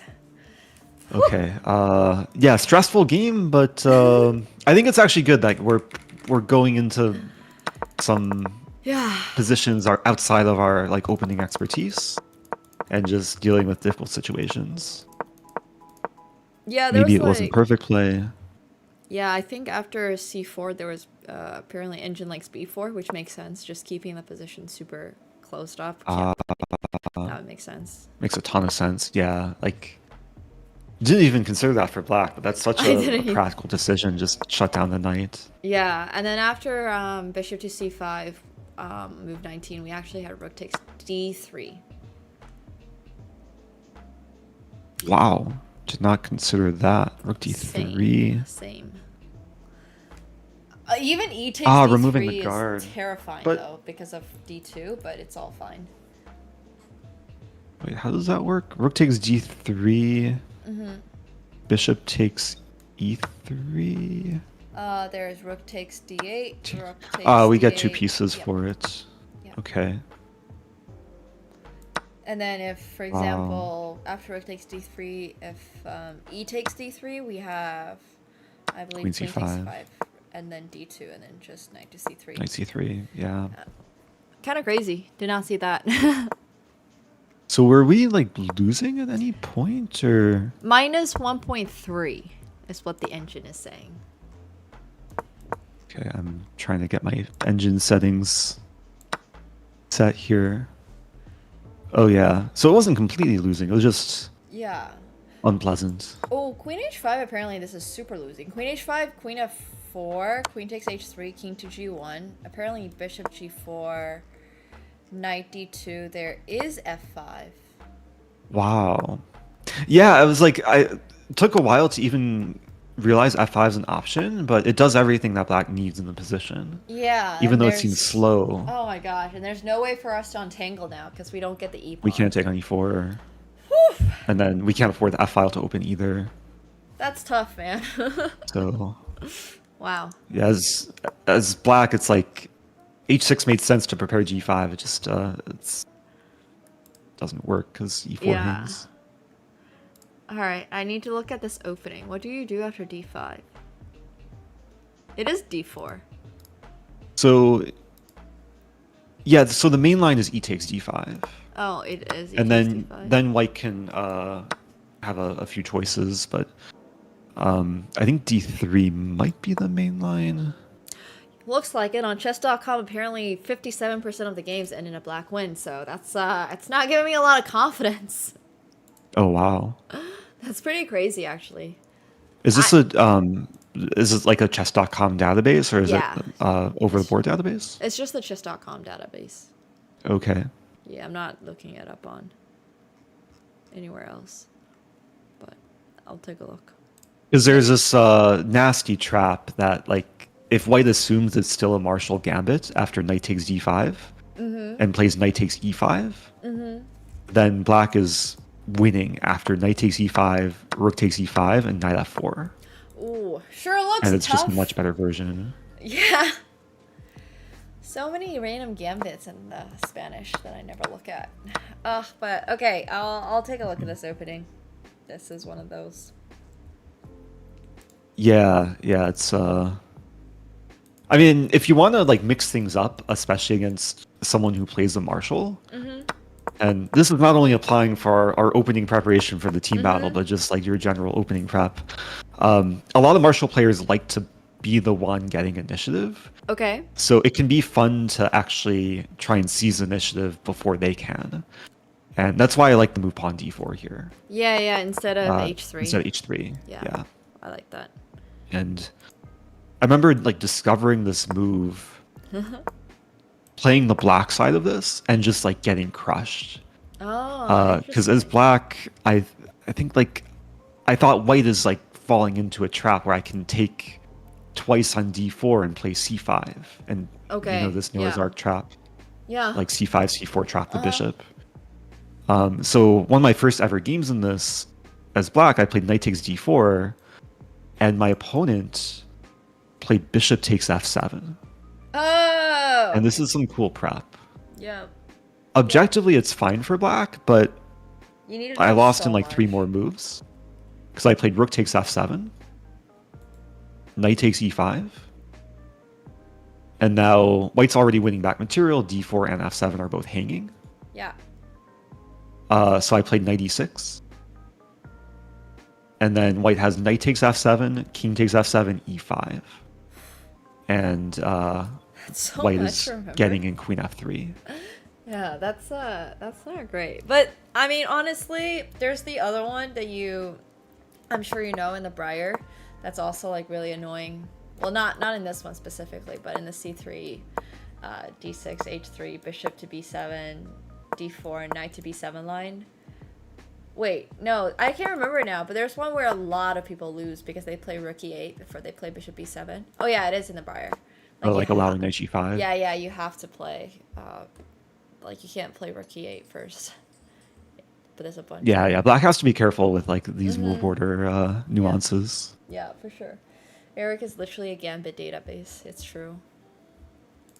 Eric is quite literally the gambit database. But d4 is like really nice, and it's like not even a gambit. It's just like it's a more aggressive way of playing. Okay. And the only thing that you kind of have to deal with, or one of the main things you have to deal with, is if white, if black plays pawn d6 after d4, then you play c3. Yep. And you get a Spanish line where you haven't played h3 yet. Yeah. So black can play bishop g4. I love playing this as black, actually. Oh, really? Yeah, I do. I'm a huge fan of this. I'm happy to battle this position out against you anytime. But a lot of players like will go into this as black and then not know the theory. Oh, okay. Well, it's just e takes d4 and then knight to a5, c5, right? That's one plan. Yeah, okay. My prep is this. Maybe we can like we can battle right now in analysis. But after bishop g4, bishop e3. Yeah. E takes d4. E takes d4. E takes d4. You would play knight a5. You mean c takes d4, right? Or c takes d4. Yeah. Okay. Yeah, knight a5. Bishop c2. Knight a5. And now when I was studying this, I found some new idea of playing knight bd2. And I take on b3 You take on b3, a takes b3. and just c5. You play c5 and then h3. Bishop to h5, I guess? Bishop h5 and then g4. Ah, I've played this position before, and then after bishop g6, my bishop is just like kind of bad. And then, well, after bishop g6, knight h4, and now white sacrifices the e4 pawn, but black can't take it because of various tactics. Yeah, like there's g5 on bishop takes, and if knight takes, then there's just knight takes g6. Okay, this is Exactly. really interesting. Yeah, it's just a different way of playing. Like, objectively, it's fine for black, but Yeah. if you're playing this as white and you're somewhat prepared, even if you know this position, that knight f5 coming, then you can get some nice, nice comfortable approach in the middle game. I love that. I honestly don't think I really played this position before. Like, that much as I've just faced mainline. Most of the people I play do not play d4 without c3. Yeah, it's a little bit of a sideline, but there's some cool ideas. This is one of them, and then there's another like main line where white has a relatively like new novelty, like something discovered within the last like 10 years. What's like new in the Spanish? Because I genuinely don't know. What's like fresh? Well, I could show you the other like main idea in this line. Okay. Is if you go back to the position after e takes d4 or c takes d4, and then knight a5 you mentioned is what you would play as black. The other main line is pawn d5. Oh, never played this. So I think like in master level play, it's probably the most played move. Okay. And the idea is after white plays e5, black plays knight e4. Okay. And it looks good for black because the knight is strong, the black has a pin, there's a lot of pressure on white's center. But there is a really cool novelty. I forget who was the first to play it. But white can play h3, bishop h5, knight bd2. And it looks like white is losing material after knight takes d2. Because if your knight's pinned. If you take with bishop, you lose d4. And if you take with queen, you're allowing bishop to b4. Yep. First of all, bishop b4 is not good for black. Okay. Because white can sack the exchange. Got it. You allow bishop b4, queen c2, bishop takes e1, queen takes e6. White's going to eventually win d5, and it's like massive compensation. This is like my favorite thing to hear. White can sacrifice the exchange. Yeah, I think this would like align with your style if you like the initiative. I do like the initiative. Like to play aggressively. Yeah, I do. I mean, honestly, this is like the kind of thing that I should probably take a look at, but I just don't look at openings. So it's sometimes even hard to discover these lines because there's so few games in them. Fair enough. The way I came across this specific line was I was sitting next to players at the Philly Open in 2015. Andrew Tang was playing Jeffrey Zhang. Oh my gosh. And Jeffrey beat Andrew in like 20 moves as white in this line. That's crazy. Okay, I'm gonna start looking at it because I need some new Spanish lines to play in Bullet. I'm tired of playing. Yeah, I think this line is like a great bullet weapon because players will kind of stumble into it and then you'll be more prepared. I agree. I hear you on that. The final thing I should note here is like the key idea is after queen takes d2, most players will play bishop takes f3. Okay. And then this is what happened in Jeffrey versus Andrew. And then white has a very important move, queen c3. Like you don't take back the bishop. You just counterattack the knight. Oh my gosh, that's crazy. Wow. And then you leave black in this situation where, okay, there's playable moves, but white has still a lot of initiative. And I have a prep file on this somewhere that maybe I can try and find and send you, but I love it's that. it's already like preferable for white. Okay. No, this is great. I really appreciate this. Thank you, Eric. Yeah, sure thing. Hopefully our team chess opponents are not watching. Yeah. Have to ban Danny and John Bartholomew from our channels. I'm gonna go look at their openings. I'm just gonna go do a little dive into what they might potentially play. Sounds good. Yeah, I'll do the same thing. Then we'll have a secret call. Perfect. All right. Thanks so much, Eric. Thanks for taking the time. Yeah, sure thing. I'm gonna give the dog some attention. So we'll be in touch, and yeah, I'm looking excited. forward. We have just a few more days to prepare. Absolutely. It starts on the 9th or the 8th. Yeah, we should definitely make sure the time is correct in our calendars. I think it's 12:30 p.m. Eastern time on the 9th. Yeah. Eastern. That's correct. So. EU friendly. Sweet. Perfect. See you, Eric. All right, bye, Nemo. Take care. See ya. You too. Oh my gosh, I saw the dog in the background and it looked so cute. Cats go! Cats go! Huge shout out to Eric Rosen. Eric is going to be my partner for Team Battle. Battle team. I still don't really know what the exact name of the event is called, but it's some type of team battle chess event where we are not like, we're equals and we both talk about the game, converse about it, and we have to play. With me being like the hand, like I get to move all the pieces, the lower rated player gets to be able to move the pieces. And our first round opponent is going to be against John Bartholomew, International Master John Bartholomew, and International Master Danny Wrench. So yeah, that'll be fun. I'm really excited about that. And it should just be a good time overall. Honestly, I haven't really played this type of format before, so it's going to be fascinating to see like, oh, how is this going to go? Because I've never done it. But yeah, I mean, it's probably going to be Eric's first time to... No, is it Eric's first time? Yeah, I think it is. I don't think he did it last year. So I think it's both our first times doing this, which is kind of fun, honestly. I kind of like it.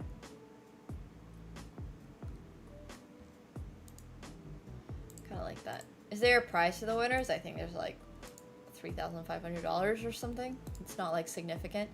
Doing it for the glory. Doing it for fun, mostly.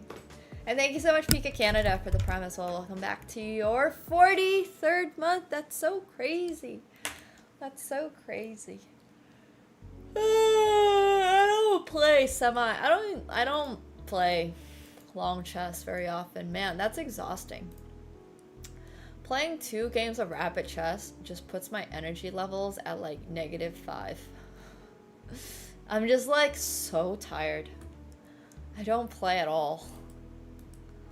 For a reason too.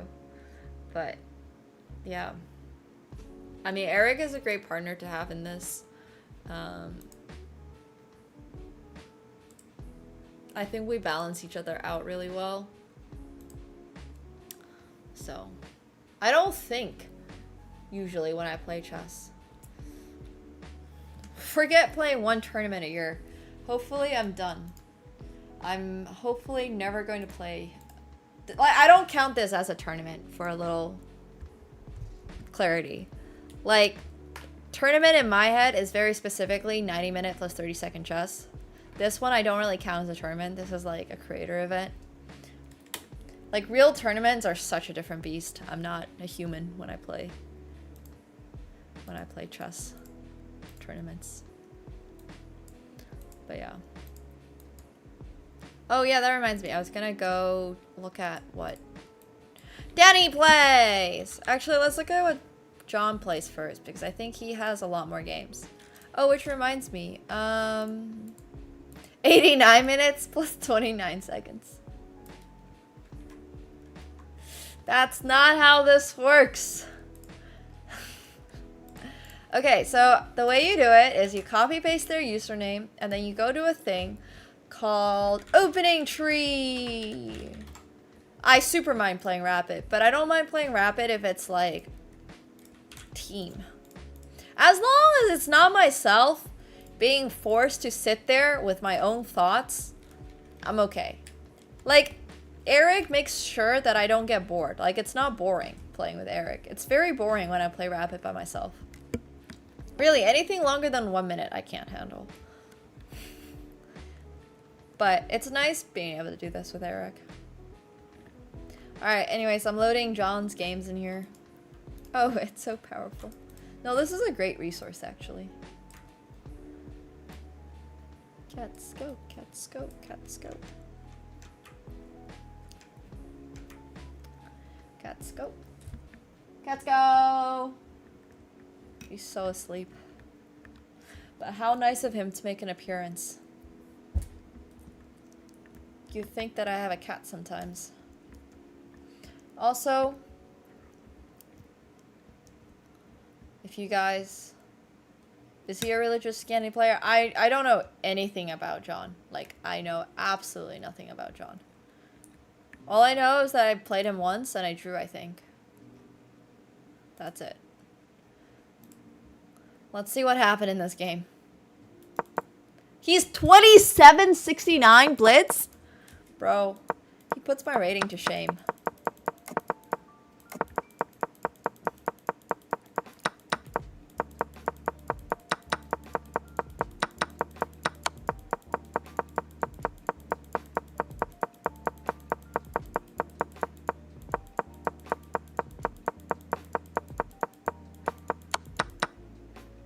Oh! I remember this game! I was winning! Ugh, I had such good, like, positional pressure with my pair bishops blocking his rooks. And stuff, and also having this, well, we both have pass pawns, so I guess it's less important. But basically what happened is that he, blundered a rook. Well, blundered an exchange, technically. Ah, man. This Title Tuesday. Oh.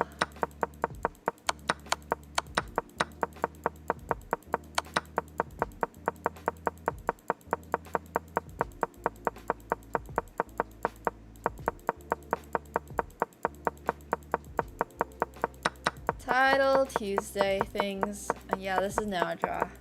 Oh yeah, this was like the 100 and whatever, 120 move draw against John in Title Tuesday. Fun stuff, fun stuff. Okay. Did I ever load his openings? Did it work? No!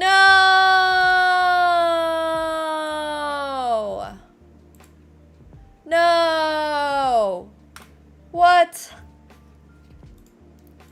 It resets if I load out?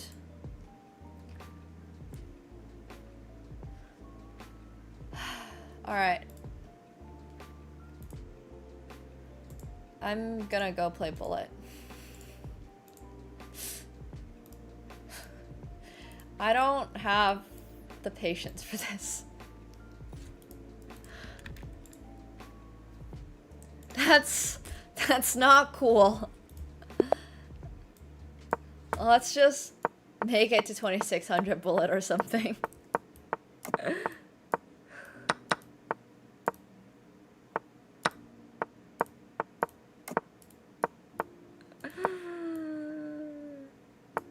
Being reminded why I quit. Another reason why I quit. Oh my gosh. Free queen. Wow, we're only 49. We're only 11 seconds into the game. It's kind of wild.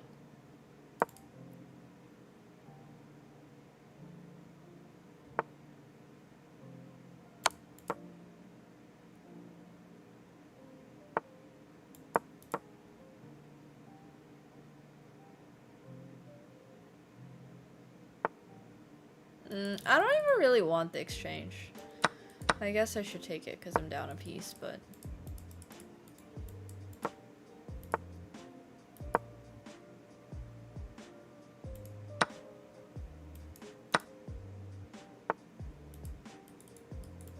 Unlucky.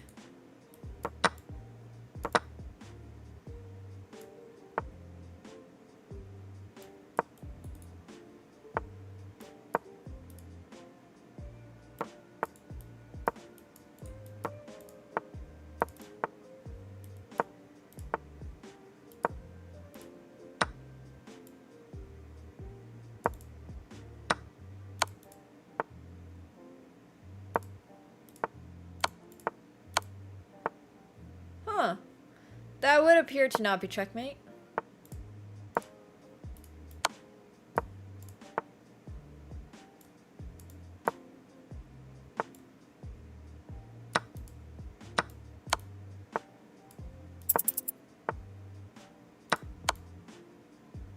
Darn.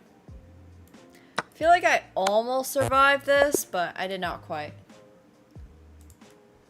Oh yeah, it's a chill playlist because we have YouTube stream going still. Alright, you know what? I can do this. Yeah, it loaded! Oh my gosh.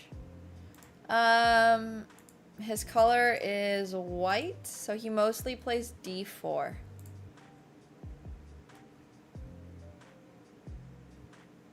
How do I flip the board? Ah. Cool.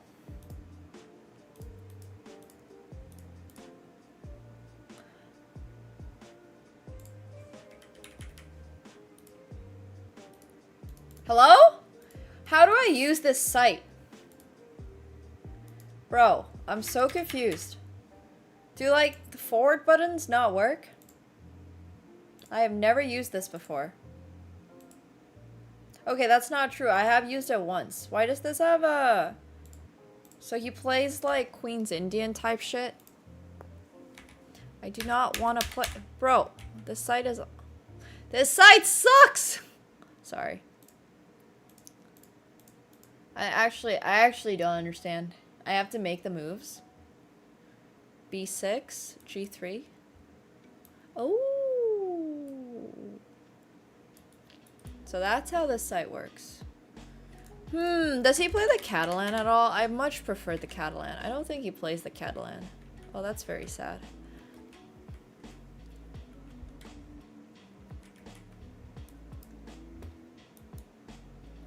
I don't know what this line is. I don't play this line. I don't know why I'm looking at it. I play Bishop A6 here. Well, I mean, I also have to keep in mind that Eric Rosen has different openings for me, but he never plays B3. All right. Well, we're probably going to play Eric's opening for this because I don't want to play it. I don't like any of my openings against D4 is black. I will tell Eric that. So whatever Eric wants to play, I am happy to. And he also plays, yeah, he just plays like all types of D4 openings. Oh my gosh.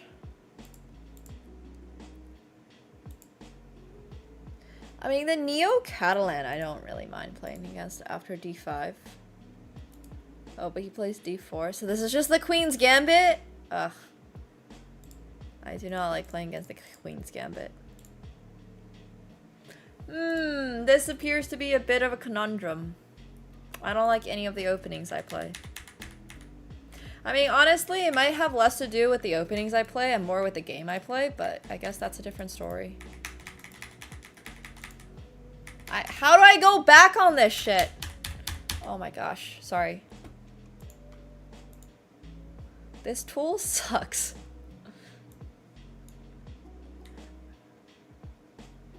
Okay, C4. E6. England or Benko or Albin. I don't know how to play any of those three. I'm so down for either of those three. Alright, I give up. This website's too hard to use.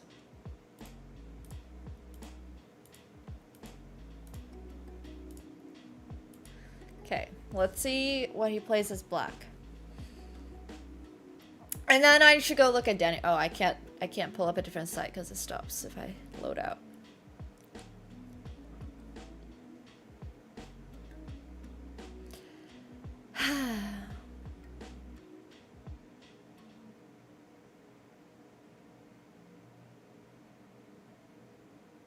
Did I even load all of his openings last time? Does he really only have 5,400 games on chess.com? Does this man ever play Bullet?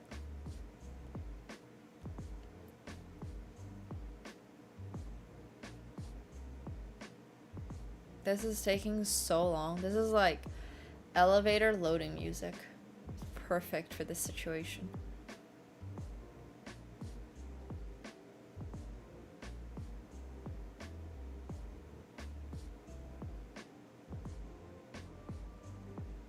Having a lot of fun here, guys. How's your day going? This is slower than my leveling up and WoW. Holy crap, that took a long time. All right.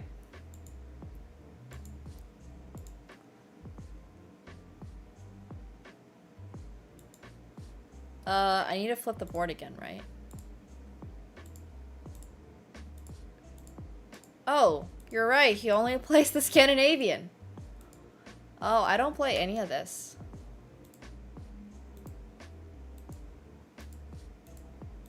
I love this line. This is a great line for white. I mean, it might not be. I don't actually know. Oh, I'm so jealous. I want a burger. No, it's okay. It's already 9 p.m. I don't need to snack. I'm gonna have dinner at some point. Thank you, Eric, for the raid. Hello, welcome, guys. Hello. Hello, it was so much fun. Thanks for joining today, Eric. Appreciate it. Hope the dog's doing well. My cat is back there. Here.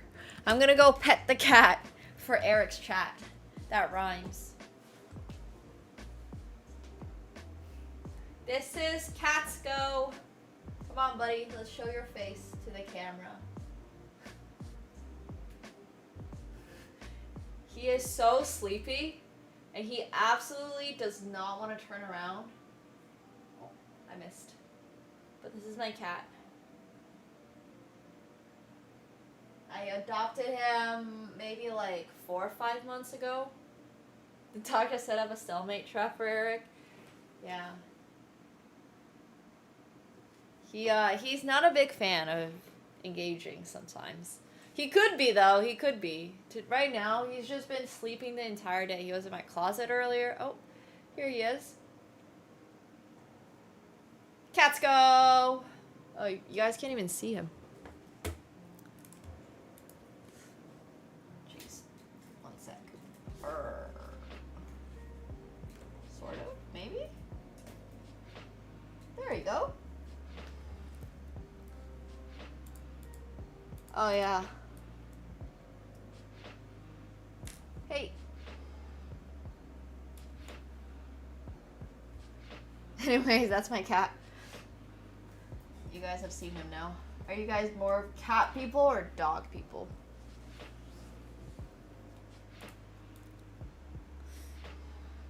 He is super not awake. He's literally still like rubbing his face. He's like a human. He's like, bro, why did you just wake me up?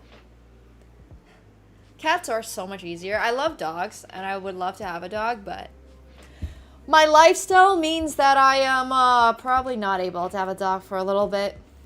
Well, I mean, humans sleep a third of our lives. Do you blame cats? Like, I don't know. If I could afford to sleep the whole day and have someone provide an apartment for me and food and water and a comfy bed, like, would you not just sleep all day? Like, in my next life, I would very much like to be born a cat. Thank you very much. I have no interest in the life of a human. Oh, that's sad, Melee. Yeah, cats are awesome. I only want to be a house cat. It's true. You also get a cat box. Yeah, being a stray cat would be kind of awful. But he was a stray cat. Now look at him. You just gotta practice being cute to get yourself adopted as a cat. Just saying.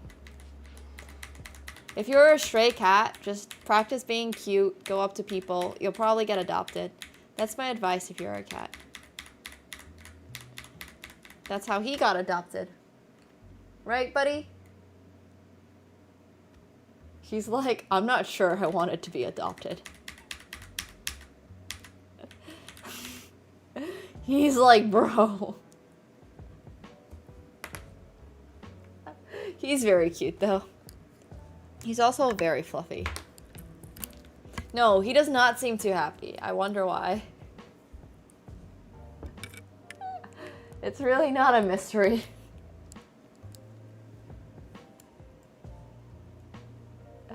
Big yawn. He's like, well, now that I'm awake, what should I do? Oh. He's going back. Okay, cool. Anyway, so the Scandinavian is what John plays. Does Danny even play chess on chess.com? Yeah, but he gets a little too hyper on catnip. He's honestly quite hyper in general. So I just don't feel like we need to. But maybe.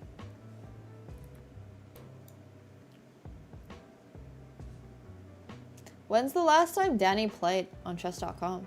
Oh my gosh. Danny has been playing Bullet on chess.com. All right, let's see it. Let's see what Danny plays. Honestly, I have a feeling he's also going to be a d4 player. Everybody who's like an international master or higher only play d4. It's honestly so boring. Like, at some point, people just lose their enthusiasm for fun openings and just swap over to playing d4. And it's just like, bro...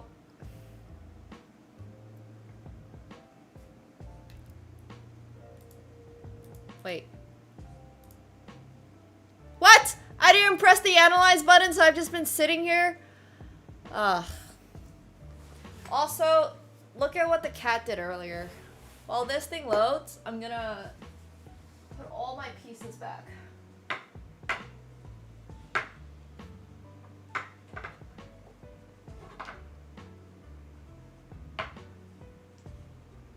This is my wobble chess set.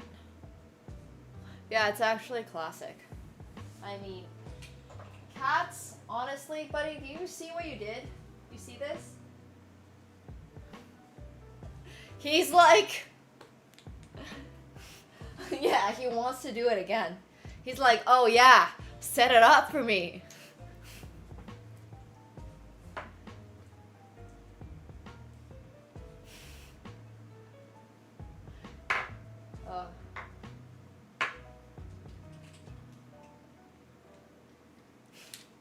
He's so ready to do it again.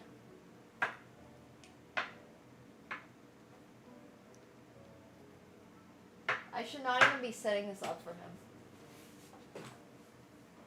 I'm being way too generous to you, bro.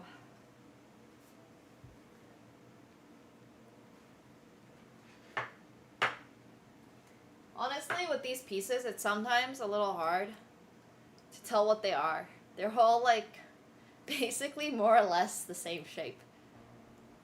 Yeah, he did. Oh, he's ready.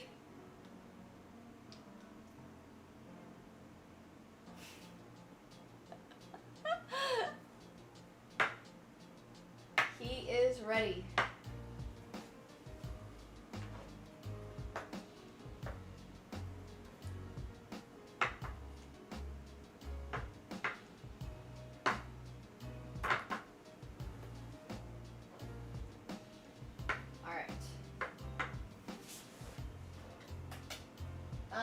I am missing one piece. No, I'm missing two. Found them. Alright, buddy. It's ready for you to knock it down, knock over. Oh. Do I have any treats for him?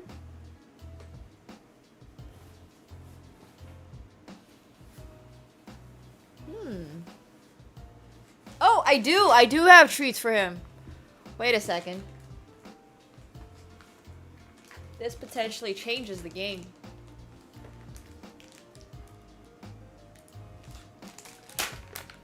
Hey! Up! Up! Good boy!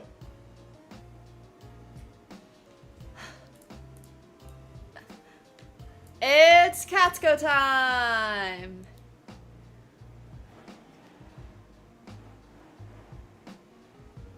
Alright. Watch your tail, buddy.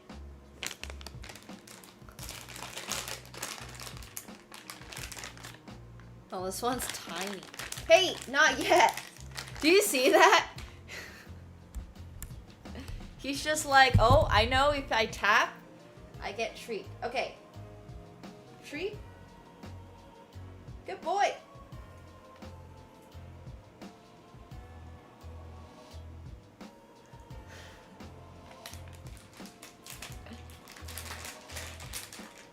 I should do hand and bring with my cat.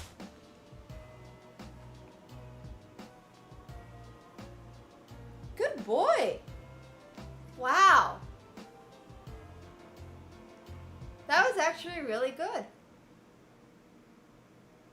Nice job, little guy. He's super cute. Unfortunately, he never wants pets on my conditions. He only ever wants pets on his own conditions. Isn't that right? See? Now he just wants to fight.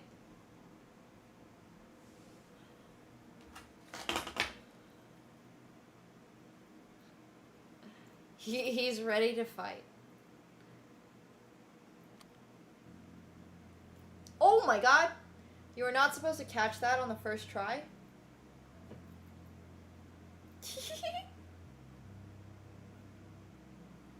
Hey. Give it back. That's my necklace.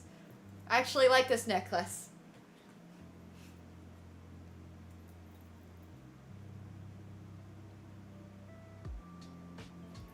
Oh, he's so fast.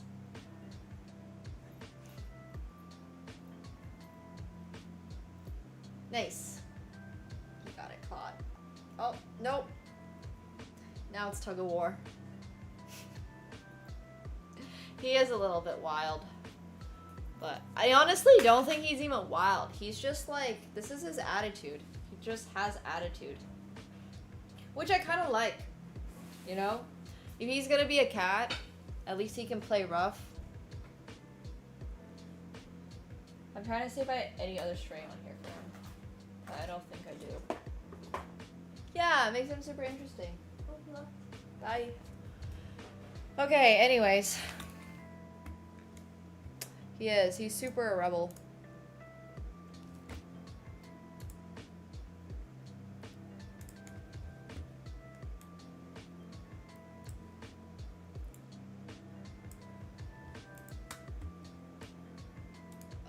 Where is this? Nope. It's not that either.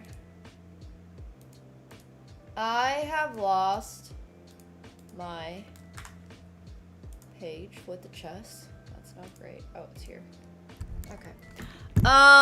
So Danny has 7,000 games, and it would appear he plays every opening. So I should actually be looking at this from the black point of view. Oh, he plays the Scotch. Who said he plays the Scotch? Whoever said he plays the Scotch is incredibly correct. Oh, he plays this line of the Scotch? Oh my gosh. Isn't this like super drawish? I mean, I don't even know theory for this Scotch because I just assume it's a draw, but...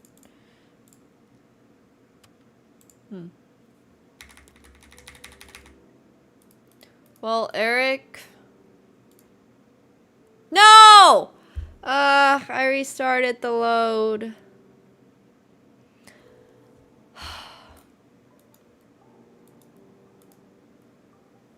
Well, that's very unfortunate. Well, if Alex and I teamed up and made a cat and bird clip, I don't think Squeak is gonna be alive. Unfortunately for Squeak, he might have some struggles against Catsko. I don't think that's the best content out there. Yeah. Catsko might not have a... I mean, Alex might not have a bird at the end of it. So. You should see some of the mice that the cat shreds. Wait.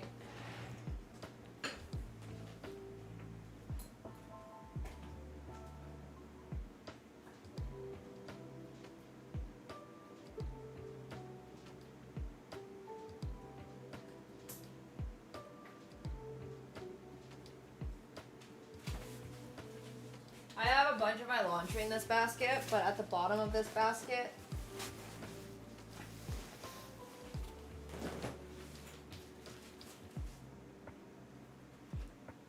look at this. Look at how badly he shredded this mouse. Like, you think Squeak would be alive? I don't think so. It's like got all this fluff and stuff at the bottom of the basket. Because he loves He loves my laundry basket, basically. So, anyways, he's a little bit of a killer. Yeah, he's I mean, he is a cat. What else can you want from him, right? Like, this is what you want him to do, technically. Catch the mice in your house. Make sure you don't have, like, stray stuff. But I'm gonna stuff it back for him.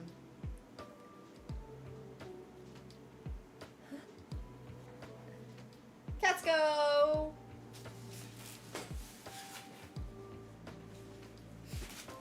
Hey. Oh, sorry.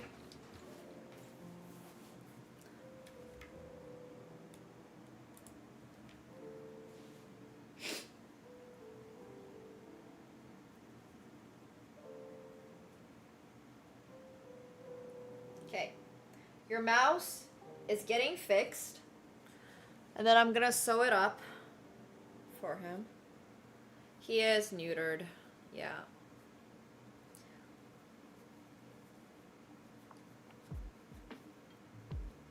Okay, buddy. Hello, Andrew. Hello, hello. Hope you're well.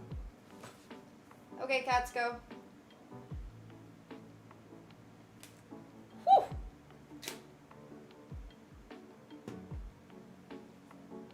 Can you figure out how to get in there? Yeah, the mouse is definitely in need of some stitches. I just want to see if he can figure out how to get in here. See? What's this, buddy? What's this?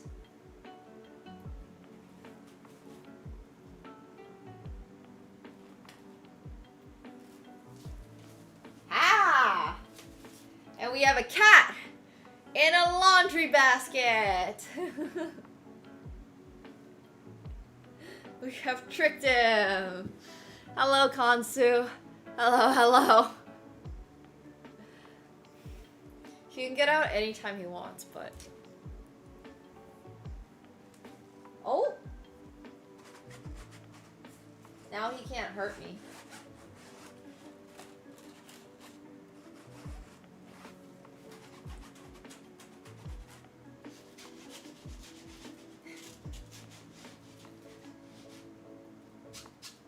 Yeah, we arrested cats go.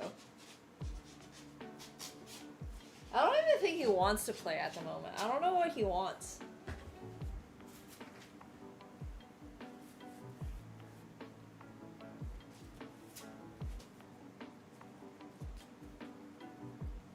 I gotta make sure he doesn't fall out of the basket again.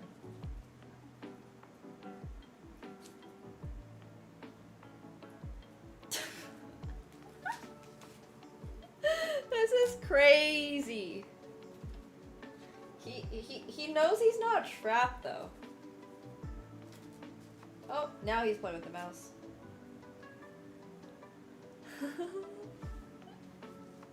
So after 10 minutes in the basket for knocking over chess pieces. True. If only I had a second laundry basket, because I kind of need this laundry basket. I don't have a second one. Alright, buddy.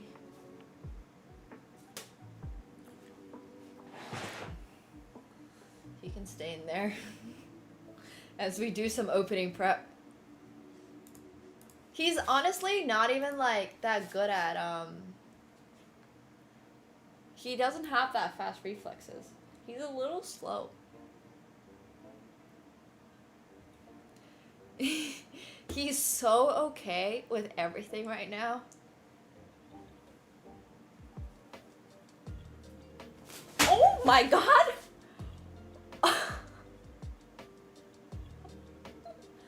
Bro.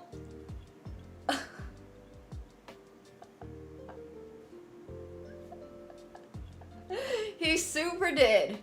He super side-eyed me when I called him slow. He heard me. He took that personally.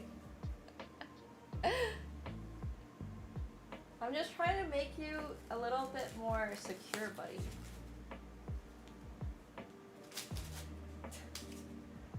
It's a cat in a basket.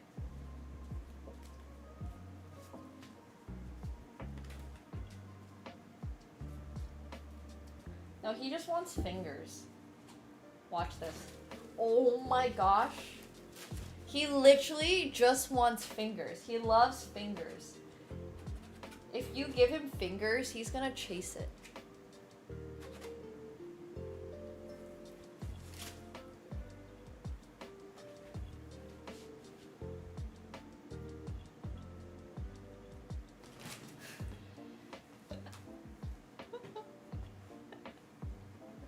Jeez.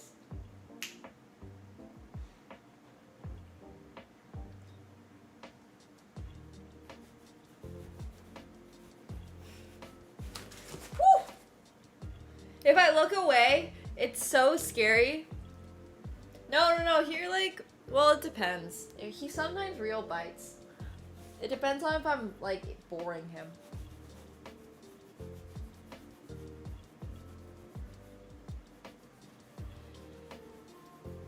Yeah, come on, buddy. Come on.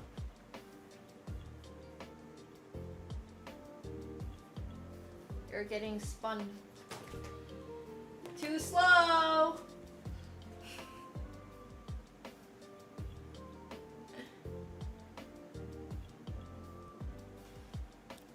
Oh, when he like, I don't know. I feel like he's just...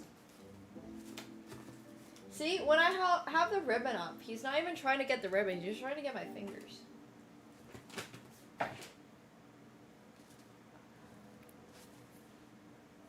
Did you guys see that? That was the most graceful jump I've ever seen him do. Wait, that's some wild stuff. That was literally some, oh. That was literally some super cat behavior. Out of the frame that you guys cannot see is my other chair. Come on, buddy. You want to jump back in the basket? Nope, he does not.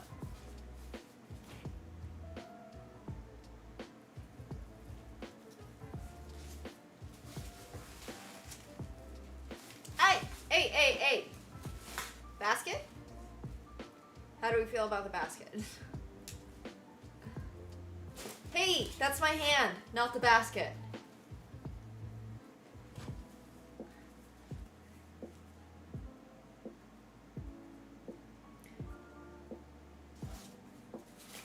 Basket?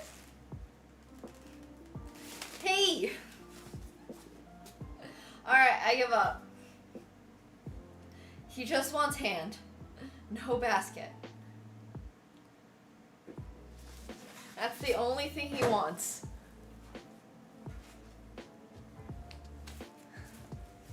I do not fit in this goddamn basket.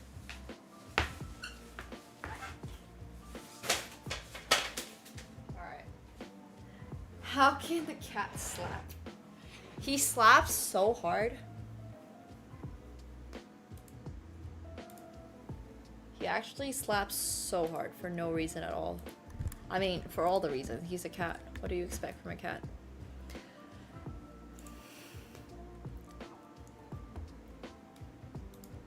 Alright, you know what?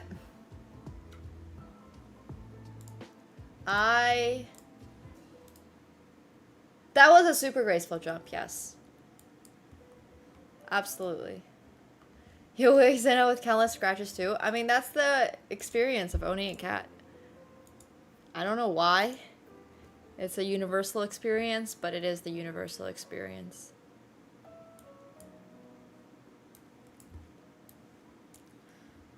Thanks. He's great. Your cats never scratch? Well, I do think a lot of it has to do with, like, when you got your cat. 'Cause I got my cat when he was already almost 2 years old. And some people get their cats when they're kittens. And it's just like... yeah. Anyways, okay. Back to Danny Wrench's games. That's true. Some people get on their 10, I guess. And they still don't scratch. And they still really like you. I think Katsuko is just always in a mood. Katsuko knows what he wants and knows what he likes in life. And it's not willing to stop until he gets it. And he knows he likes fingers. He just wants to play. He's so playful.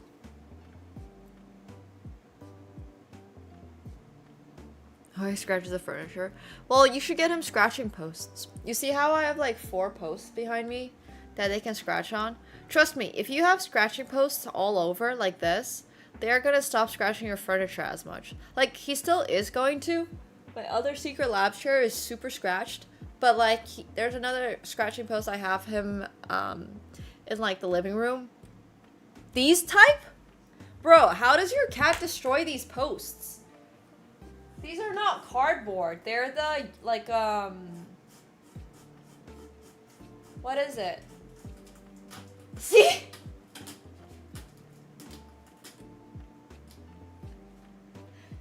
Good boy! Yeah? Come on. Oh my god, that's so cute!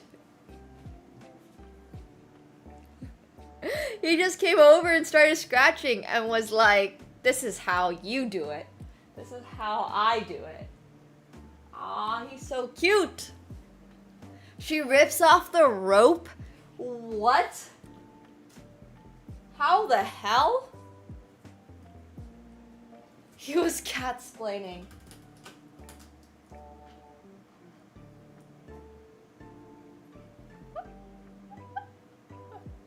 What do you want, little guy? Yeah, I can scratch this too.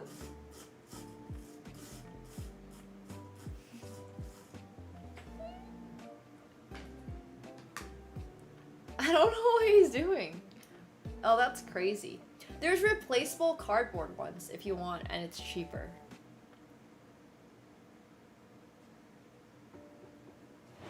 Oh, jeez. I have to give him a treat every time he does that. This is your last treat for the night, okay? Good boy, though. Oh, he dropped it. Nope, that was it. You don't get any more. That's literally it. No more snackies. There's none on the ground. You're snacked out. You've maximized your snacks. Yeah, that's why I think the rope ones are a lot better, because then they don't get destroyed nearly as much unless your cat is Bob's cat. Oh, are you gonna push them all off again?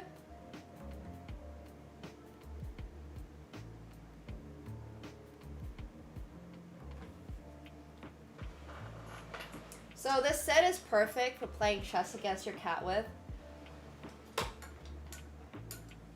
Hey. Because they wobble. And they don't really fall off. I'm not even joking. If you have a pet that has any interest at all in like a game, he should be able to do this. He does this sometimes. Hey. Yeah, sometimes he like messes with the pieces.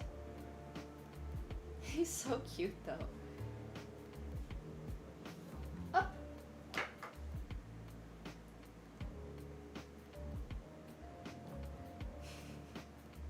Teach him the London? Well, his paws are not quite dexterous enough to push specific pieces, but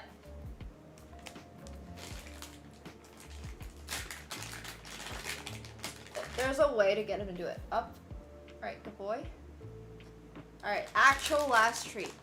And then your treats are getting locked away, which means you have one chance to earn this treat.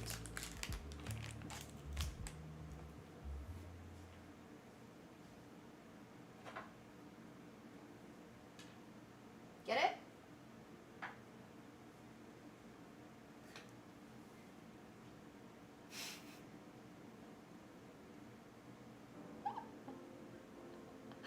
The problem is that he then just sits here sometimes because he doesn't get it. He thinks he needs to move himself there. And not the piece. It's the piece, bro. The piece. Yeah?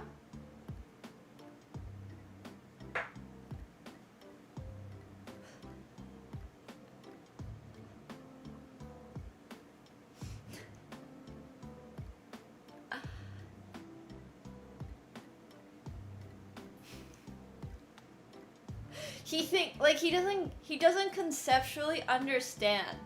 Like, he thinks he has to move himself, but he doesn't need to move himself. Okay, this one might be easier for you. This. You can do this. Come on. Here.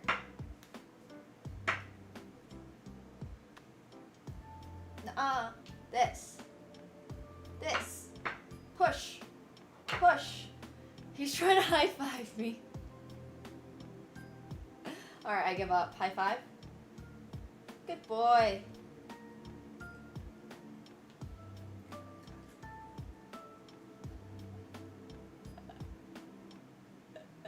Nope. No more high fives. He does. He's much better at pushing in poker chips than he is at pushing in chess pieces. He like just doesn't really understand what I want him to do with the chess pieces. Like, he just doesn't conceptually get it. He gets it with poker though.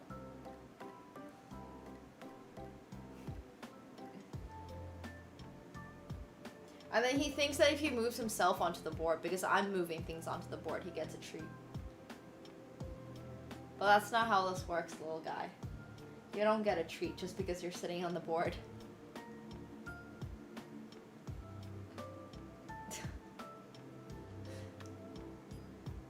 Pretty sure this move is illegal.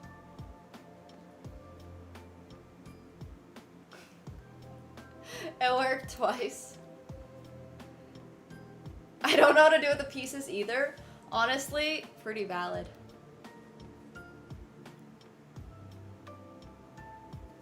Nope. No pets, huh? Yeah, it's literally just cat to the center of the board. The cat treat opening. Ah.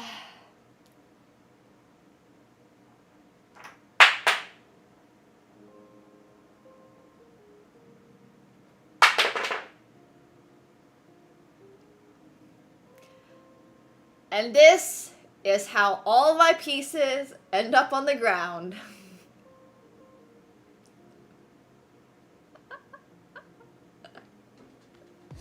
All right.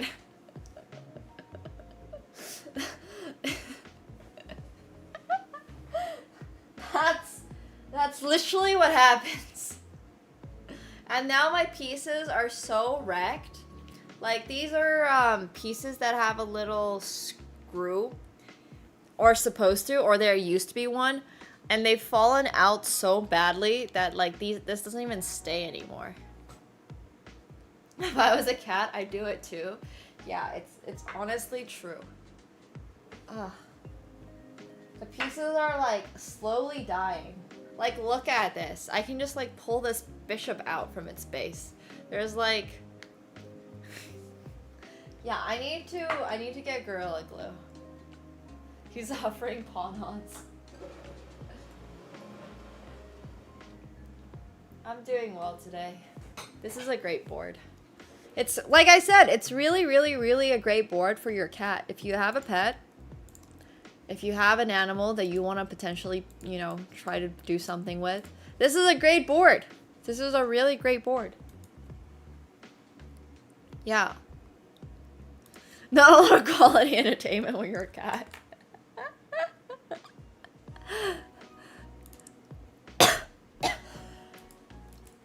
It's literally an anti-cat board, and he still somehow manages to find a way. It's kind of crazy. It's not cat proof, no. I also think I accidentally swallowed some cat hair. Oh, Jesus. What the hell? Maybe he's a dog. I definitely feel like I accidentally like inhaled some cat hair or something. Bruh. That is not pleasant. Well, this is the Wobble chess set by Umbra. Please sponsor me, Umbra. This was my dream chess set for a really long time. I just think it's so dumb. I've actually played chess with my friends on it. It's so dumb. It's so funny, especially a few drinks in. It's awesome a few drinks in. It's way better a few drinks in. I mean, the game in general is way better a few drinks in. But, yeah, the set is, like, designed for... Yeah, it's great. It's a great set. I don't know. Most things are true. True. Wait, this guy just plays the Trumpovsky? Well, it's not the board's fault that it falls apart. It's the cat's fault that the pieces fall apart. Yeah, trust me, bro. We were in the middle of, like, the pandemic, and it was the last time I ever played chess with my friends. We were so bored during the pandemic, and they were so strict in Canada about what you were allowed to do and what you weren't allowed to do. Oh, my lords. Like, it was terrible. Canada had to have some of the strictest, like, COVID laws outside of, well... outside of Asia, probably had some of the strictest COVID laws. It was crazy. You couldn't like buy a pot or a pan because it wasn't a necessity. And they realized it was really dumb. They realized that was really, really, really dumb. So they stopped doing that. But yeah, pandemic in Canada was not great. Also, Danny's openings as white do not infuse me. Okay, honestly, it's probably really likely they will play D4 because John Bartholomew, I think, mostly plays D4. There is no change from your POV. Makes sense. I guess you were a complete homebody, and we're still a homebody even after the pandemic, so honestly, fair enough. Thank you. Appreciate it. East side, appreciate it, thank you. Well, he roasted himself, so what do you want from me?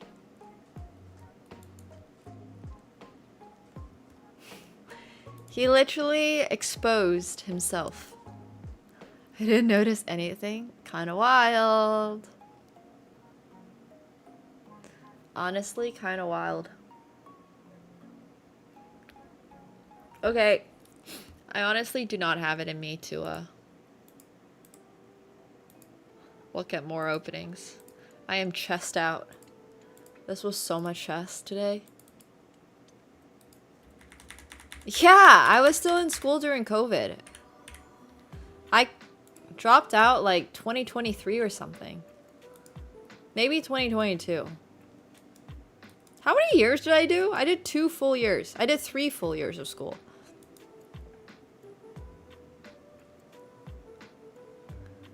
That's okay, Isai, don't worry. Thank you for attempting. I'm trying to think now. I did 2018, 2019, 2020. Oh my gosh. It's been 6 years since I entered school. Wait, I was the class of 2022. I dropped out 21.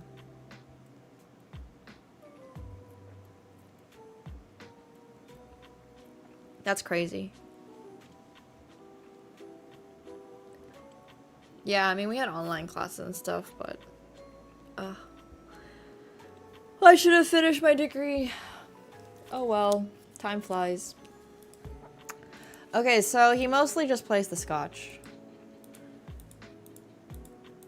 I keep trying to come back to this and like look at the openings, but it's honestly not very productive. D5 and E5. I've never seen this line before. It does not look like this is very good. I'm gonna go load it up on chess.com.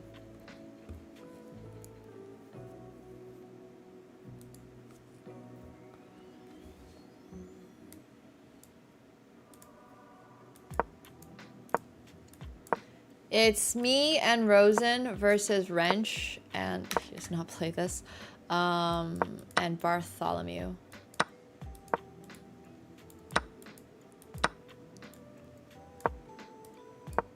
So it's this line. What does the engine say? Knight to g4. Castles. That's cool though. I really respect people that are willing to do things later in life.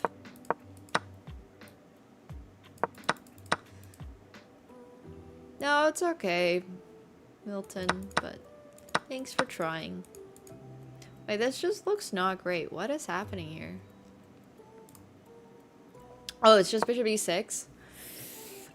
This seems not fun. I'm not gonna lie. I do not like this position as black. This position does not spark confidence. Aw, that's so cute, Uncultured. Personally, if I am 60, I sure as hell hope I'm nowhere close to school. No offense. It's just not for me. It's just really, really, really, really not for me. It did not seem particularly fun when I was in school. I can't imagine wanting to do that. Like, if it's for the sake of learning, I would want to just do it at home, you know, in like a way more controlled environment. I just don't like people, I guess. I don't like classes that much.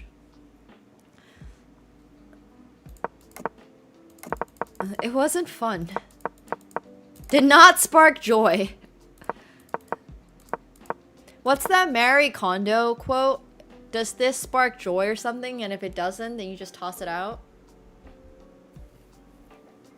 It is hard to have discipline at home, but if it's not something that's really important, then what's the point? Like, you don't need to be disciplined, right? Like, I would assume that the 60-year-old couple do not need whatever they're taking a class for.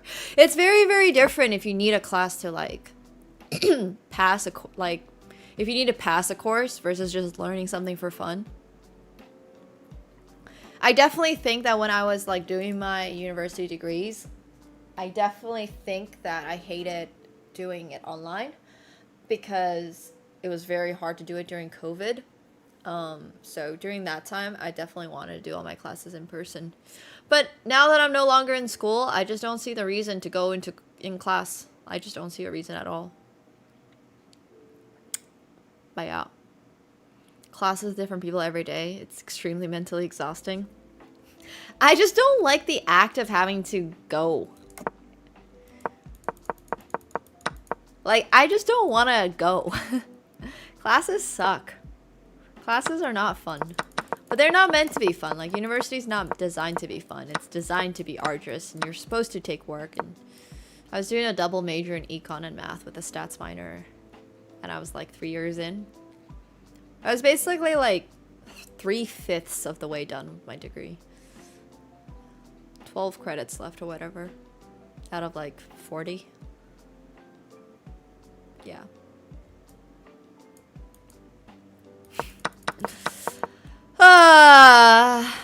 It's like about a year left. A little over a year because you're supposed to take 5. But whatever. Learn nothing the whole semester? Oh gosh. Mandatory classes are so annoying. Like, having to go to classes even though I can just learn all the course material at home is also really annoying. I really should have just finished my degree during COVID. I don't know why I didn't. Like, I should have just done that. I could. Someday, sometime, but I don't think I will. It's kind of not fun. That's pretty unfun, yeah. In general, I just don't see how it can be fun. But some people love school, so that's okay. It's good for you. Can always play football at college and get paid for it? Yeah, Canada doesn't really work that way. Canada honestly just does not work that way at all. Like, there's nothing for you to do at school that really helps you with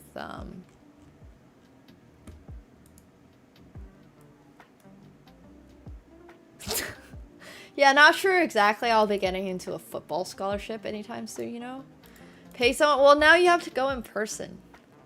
Like, it's so much harder now because you gotta go in person. My friend runs, and, well, he doesn't run it. It's not like he started the system, but he's like the head TA for 137, which is the first year math class we have at University of Toronto. That's like a math major requirement. You can also do a harder one called Math 157, but 137 is like the basis for the degree. And apparently the levels of people trying to cheat in that is insane. I need to get Mick on call sometime so he can tell you guys about how crazy people have gotten with the attempts to cheat. But apparently now people are like coming in with headphones and stuff, like earbuds, like literally just hiding it under their hair, like how I would do it. And they're just because the exams get leaked sometimes. So they literally just hear all the answers over call. Yeah, it's honestly pretty insane. But there's apparently so many different ways they've tried to cheat. I used beads to cheat in college. Nice, nice. It's kind of wild, like, what people are trying to do. Somebody got caught cheating one of your classes. One of my favorite stories is still the one time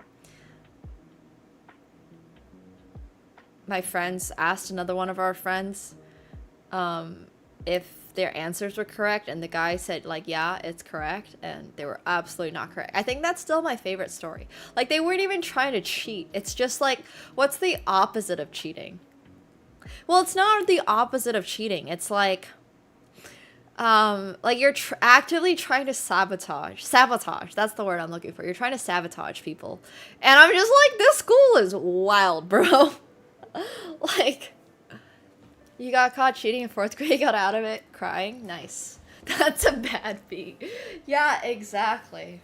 Well, people do that at University of Toronto because, well, people just do that in general because, once again, it's a really competitive space, right? So if you're there, like,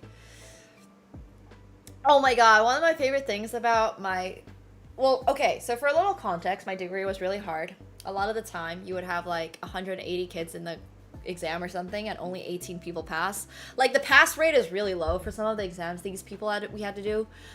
And the way that they make up for it is by grading on a curve. Are they still using Spivak? I honestly have no idea. It's been so long since I was in 137. I also dropped 137 after my first year and then went to do 156, 155, 156 or something. But there was this one guy, I remember this so clearly, in my stats class, and we had a little like quiz in our stats class. So not a class, but in a TA session. And the guy, like, we get handed the papers and everyone just looks at it and is like, what the fuck is going on in this like quiz? Like, nobody knew anything. It wasn't anything that we had really like talked about. Nobody had any idea. Everybody was just looking at each other like, bro. And then this kid just like 2 minutes in, and we're all like, ain't no way this kid's already done. And he just gets up, takes his paper, and stuffs it into the trash can and walks out. And we never saw him again. And this was like 2 months in, maybe. And it was like maybe 1.5 months in. And it was so funny. And everyone was like, yeah, that's a mood. And we just never saw him again. And I remember this so clearly. Everyone's like, ain't no way this guy's done. We're like, oh. And then he was just like, out. It was just out. But it honestly very accurately describes how university was going. That's basically the summary of like, I wonder where he is now. Yeah. But that basically accurately describes my degrees. He was super done. Honestly, if I didn't need my degree so badly, I would have done the same. I would have walked out. But I was like, I can't afford to do that. I can't afford to drop this degree. This degree is too expensive. That happened in my physics class. Yeah, basically. Honestly, I think it's like super funny looking back on it, because back then it really felt like, well, they're not really mandatory. Like, they don't force you to go, but there's, like, for example, you can get 20% of your marks just from attending, right? Like, they had these, like, quiz button things that you had to purchase, and they were, like, pretty expensive. They were, like, $150. And if you were able to, you had to get to class with that thing. So then you can press the button for being in class, and then you had to answer, like, quiz questions. And that was, like, 20% of your mark or something. That's how some profs do it. It's not like there's a mandatory, like, there's no roll call. It's not like you can roll call for 300 students, but they had like those button things when I went to U of T. I don't know if those buttons were so frustrating. Dude, half the time it was just everybody else looking at everybody else and being like, what's the correct button? No, but seriously, you like, it doesn't even help. Yeah, exactly. And then you just get one friend with like 20 buttons and everybody be like, all right, whose turn is it to go to class now? And everybody would just hand them. Like, it's oh my gosh, university. Yeah, it was like 20%. My econ class had a 20% quiz thing. And it was so annoying because like our entire grade would just be made up of like 20% that, 20% one of the exams, 20% another exam, 50% the final. And I would just be there like, bro. It was so frustrating. It was honestly so frustrating. Oh my gosh, school is so tough. Yeah, it was honestly, school is so tough. I was not designed for university. I was not prepared for University of Toronto. In some ways, it's like, yeah, I hear you, Sammy. I hear you. That's kind of crazy too. You had a 70% final? I don't think they were allowed to go over. Ah. I think you weren't really allowed to go over like a certain amount. Thanks. Was not bad. That's not too bad. Yeah. No, I mean, I didn't even really mind like... it was just so much stuff. It wasn't like any one little thing that really messed me up for school. It was just like all the little things that messed me up for school. So, that's crazy, Nemra. That's amazing. No, you couldn't really do that. Like, reading the books was not enough for our exams. They were so hard. Ugh. I honestly do not particularly miss it, but having the piece of paper would sure be nice. Exactly. My mental health does not like schools either.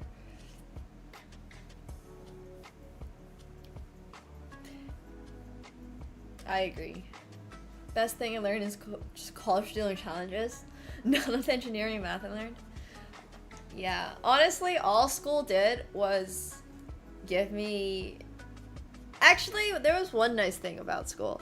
Like, the nice thing about my school was that it was really, really pretty. So, I liked posting about school life because it was really aesthetic. So when TikTok came out, I like got a little following on TikTok.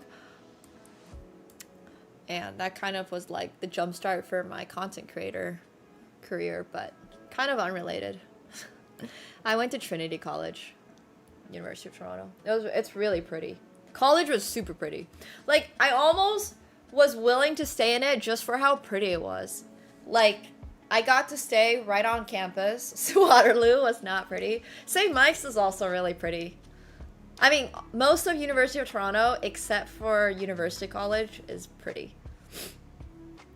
And then there are some other buildings that are like meh. But no, Trin is gorgeous. Another good part is that if you're alumni, you can always go back and nobody will like kick you out. But yeah. No, I don't need it now, for sure.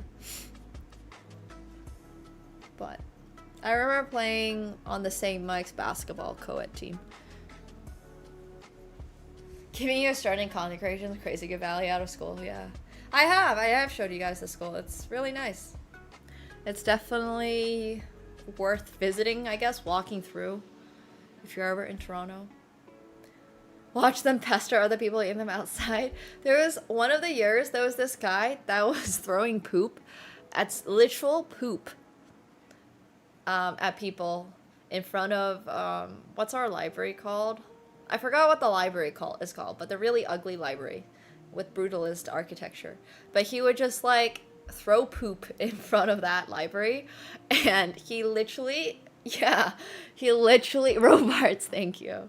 And then he got, well, obviously he got like arrested, and then he ended up, I think, like literally being held in jail and getting like a trial or something. I can't remember the exact details, but people showed up to his trial from school. It was so weird. It was just like, it's so weird. I never, well, honestly, at some point I just stopped going to classes. So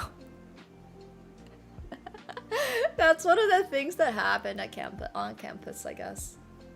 Brother, ew, is so accurate though. It's so accurate. That's exactly how I felt.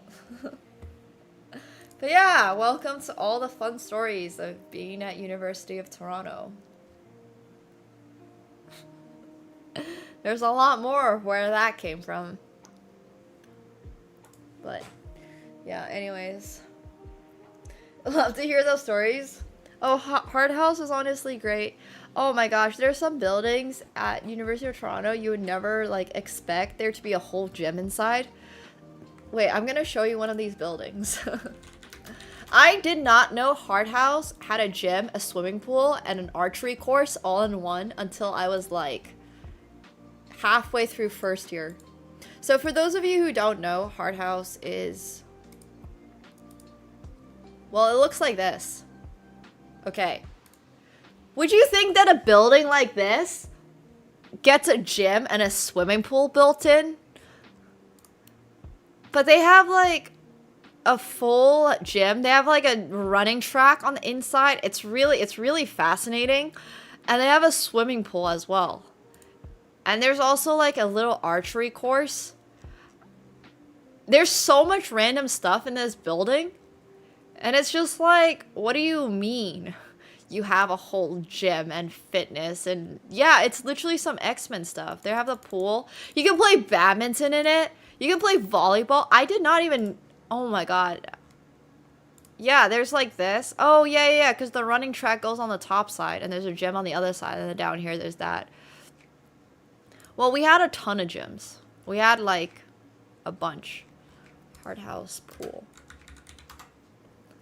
Oh yeah, and there was a pool somewhere. I never once understood where in the building I was when I was going to these places. Does that make sense? They have squash in the basement that I never been to. Like if I was in the, this is what the building looks like from the outside, and you would just never think that there's a gym and a pool and like an archery course.